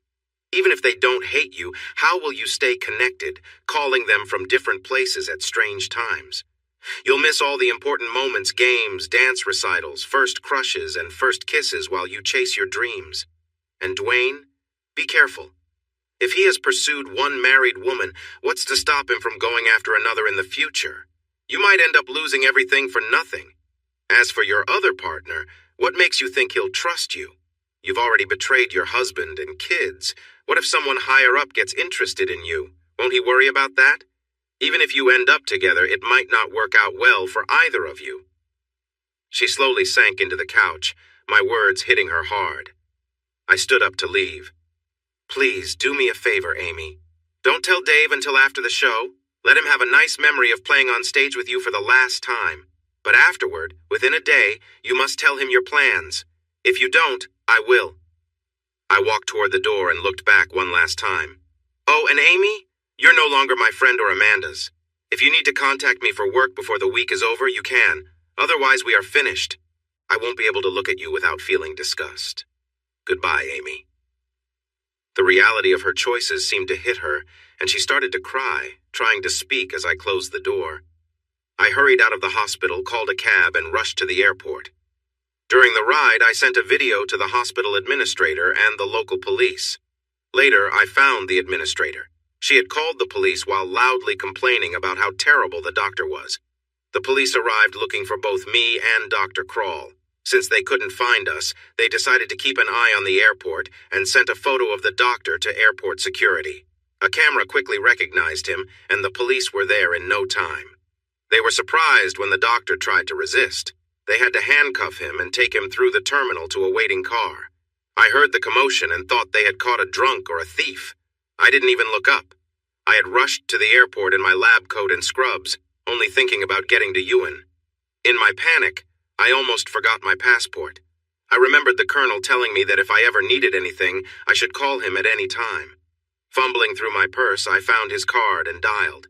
It rang many times before someone finally answered. The colonel demanded to know if I knew what time it was. I couldn't help crying again, and through my tears, I told him who I was and what had happened. "I need my husband, Colonel. Can you help me? Stay where you are. Someone will come to get you soon. Make sure he calls me when he arrives." After about an hour, a man in a wrinkled suit stood in front of me saying the colonel sent him. He called the colonel and nodded several times while saying, "Yes, sir." He hung up and smiled at me. You will have quite the story to tell your grandchildren. Come, let's get some coffee while we wait for our ride." He got most of the story out of me while we waited. His expression grew serious as I spoke.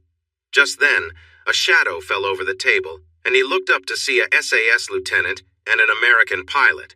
The SAS officer was stiff while the pilot grinned. "Loosen up, Nigel, we're on a mission."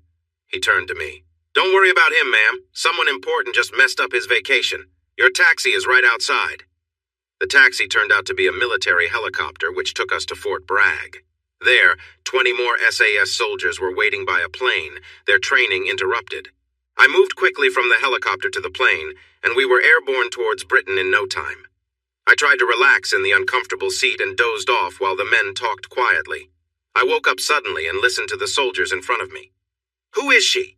Whoever she is, she must know important people. I heard she is the daughter of a colonel and an earl, trying to get home for a family emergency." The captain said the royal family was involved and instructed that no expense should be spared to bring her home. What the earl told them was to treat me like I was his daughter. By the time the message reached the crew, I truly felt like his daughter to them. He also called his cousins, who kindly offered their support. When they saw I was awake, they gave me hot tea from a thermos. "I'm sorry, but that's all we have on Air Britain, ma'am. Do you need anything else?" "Yes, I need to know how long it will take to get to Firth, Scotland. My husband is performing at a festival there and he goes on at 3. I need to be there." The soldier frowned. "That's quite tight, ma'am. We didn't leave until around 2 in the morning your time, and it will take at least 6 hours to land. It's a military airstrip, so you won't find a usual flight service. You'll need to drive for about 90 minutes to reach a bigger city, then you'll have to arrange for a car to Firth. I doubt you'll make it on time, but you could catch up later." Tears ran down my face. "No, I have to be there. It's his band's last show. Plus, I just received amazing news that I need to tell my husband. We're going to have a baby, our first. I hope it's a boy. If it is, whether he likes it or not, he'll be named after his father, Ewan McLaugh, Jr. That sounds nice, doesn't it?" The soldier had almost stopped listening until he heard the name.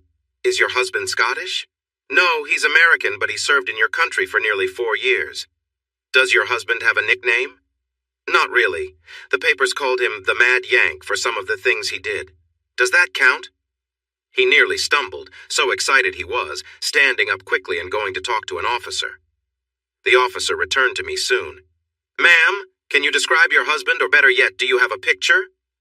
I pulled out my phone and scrolled through my gallery. The captain smiled widely when I was finished. He showed me a tattoo that matched Ewan's. "It's a small world, Mrs. McLaugh.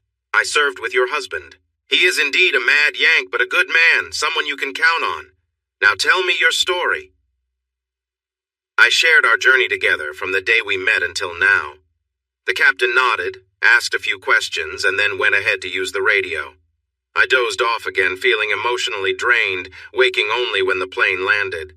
I looked out at the lush green ground below. The captain helped me unbuckle with a smile and guided me to a large helicopter. "Here's your ride, Lady McLaugh. We will make sure you reach your husband on time." He turned to the men behind him. "Let's get ready, everyone. We have something to deliver." They packed their things quickly. I took that moment to call Molly. She was thrilled to hear from me. "Amanda, I really wished you could have come. Your husband has been missing you a lot." "Well, he might see me sooner than he thinks. I need a favor." I had to pull the phone away from my ear when Molly squealed with excitement. "I'm on it. See you soon." I noticed that Molly and Rob were smiling while Tony and Mike tried to hide their grins. Later, I found out that Amy didn't know anything about it. "What's going on with you guys?" Molly smiled widely and hugged me. "Nothing much. We're in Scotland, getting ready to play for 67,000 people. Why wouldn't we be happy?" I figured they would share the news when they were ready. I guessed it related to the show. Molly arranged one more practice because a Scottish drummer would join us for a few songs to help Robbie shine. We played until we felt good about it. I tried to call Amanda before we went on stage, but was disappointed when it went to voicemail. I told her I loved her and couldn't wait to come home, then stepped out for our final performance. I looked at her phone and smiled, knowing he would see me soon. The big helicopter landed on the castle grounds, and the colonel, his wife, and a young woman who was a captain came to greet us. "All right," she said as she led me inside. "Let's see if I have everything in order." I had wondered why they were discussing my clothing sizes on the radio. I found out when I entered one of the bedrooms. The captain was adjusting my lab coat. "Okay, you have just enough time for a quick shower, then into your clothes, and we'll take you to your husband. Let's hurry." I rushed through my shower, and then the captain helped me with my makeup, saying I needed to look my best when Ewan saw me. I felt shy about the clothing, but the captain smiled. "He'll want to see you right away, so let's make it nice." The clothes were traditional Scottish outfits in the McLaugh colors. They even placed a tam on my head at just the right angle, holding it in place with bobby pins. The soldiers whistled when I returned to the helicopter. The colonel, in his fine uniform, and his wife, dressed beautifully, were already inside. We took off to the concert, the helicopter circling the arena, and I was amazed by the crowd below. I spotted the stage and knew he was up there. Tears filled my eyes, and the captain and Millicent went to work trying to keep me calm. This was it, the last time we would ever be together on stage. I looked at everyone's faces, trying to remember this moment forever. Everyone was smiling, even Amy, although she looked down and wouldn't meet my gaze. We heard our names called and took our places. We began with the song that inspired our name, Robbie next to me as we sang. The crowd seemed to enjoy it, and we played through our set, performing the songs that meant the most to us. Before long, we were nearing the end. Molly stepped forward to thank the audience and announced that for the final song, we would have some special guests. I knew Charlie and another piper were joining us, but I was surprised when the entire pipe and drum corps came out to join us. The band smiled at their presence. The only hiccup happened when a large helicopter flew above, nearly drowning out the music. I figured it was the press. I knew they were filming the concert for British television and that it would eventually be shown on PBS. I held my accordion and began to play the opening notes of The Rhythm of My Heart while speaking to the crowd. "Thank you for sharing this time with us. Most people do not know, but this is the last time we will ever perform together as a group. Many of us are older and are retiring, and the younger ones will carry on our legacy." Before we perform this song, I wanted to share a few thoughts. I have spent a lot of time here in service. America is dear to my heart, but Scotland will always hold a special place in my soul. In Iraq, I stood with brave friends who were loyal to each other and their mission. I returned home with those who were lucky enough to survive. They were good men, and may they rest in peace. I was surprised when a video from long ago taken by a journalist appeared on the screen. It showed me at the tower playing despite the chaos around me. Then it switched to a scene from the attack, where I was carrying a little girl to safety, followed by images of me being honored and presented with medals. The crowd grew quiet. Many were old enough to remember that time. The large screens displayed a photo of Amanda in her wedding dress. "This is my wife, Amanda Abbasi McLaugh. Isn't she lovely?" The crowd cheered in response. "She's a doctor. I often wonder what she sees in an old piper like me, but I cherish her. She should have been here, but her work kept her away. I miss her deeply. We are hoping to start a family soon, and I dream it will happen here in Scotland." The audience applauded and cheered again, then quieted down once more. This song is special to us. It's our hope to sing it to our children as a lullaby. We often include it in our performances, and we thought it would be a fitting way to close our group. Manda, my love, I can't wait to hold you again. Thank you all from every one of us.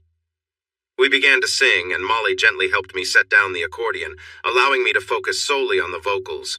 The whole pipe and drum band played with us, creating a powerful Scottish sound. I closed my eyes, focusing on the feeling of my words, when the crowd erupted in cheers. When the cheers kept coming, I opened my eyes to see what was happening. At first, it felt like a dream. Manda! It couldn't be. But there she was, being carried across the stage by two strong soldiers, with a whole group marching behind them, led by the colonel in his uniform, Millicent beside him. Amanda was wearing my clan colors, even the hat. She was the most beautiful sight I had ever seen. She was holding up a small sign that I couldn't read until she got closer. When I saw it, I fell to my knees, overwhelmed with emotion. The cameras focused on the sign, and the crowd cheered again. "We're preggers," was written in big letters. She jumped off the soldier's shoulders and rushed to me, kneeling in front of me. I lifted her into a hug, too emotional to say anything as tears streamed down my face. We stayed like that for the rest of the song, holding each other and crying. The music stopped, except for Amy playing the piano, while 67,000 voices sang along to the words on the screen. The whole band gathered around us, holding microphones and singing, joined by their families. Tony had Bernice and both daughters, while Dave had his two, with Janine trying to hide behind him. The soldiers stood at attention, looking confused, until the colonel gave them a command. "Sing, you lot!" The rhythm of my heart beats like a drum. The words "I love you" flow easily from my lips, and I will never leave my happy home where the sky meets the sea. I'll be sailing. Hey everyone! Thanks for watching. Don't forget to subscribe and turn on notifications so you won't miss any of the exciting stories we have coming up. What do you think about the characters in this story? Let us know in the comments. We'd love to hear from you.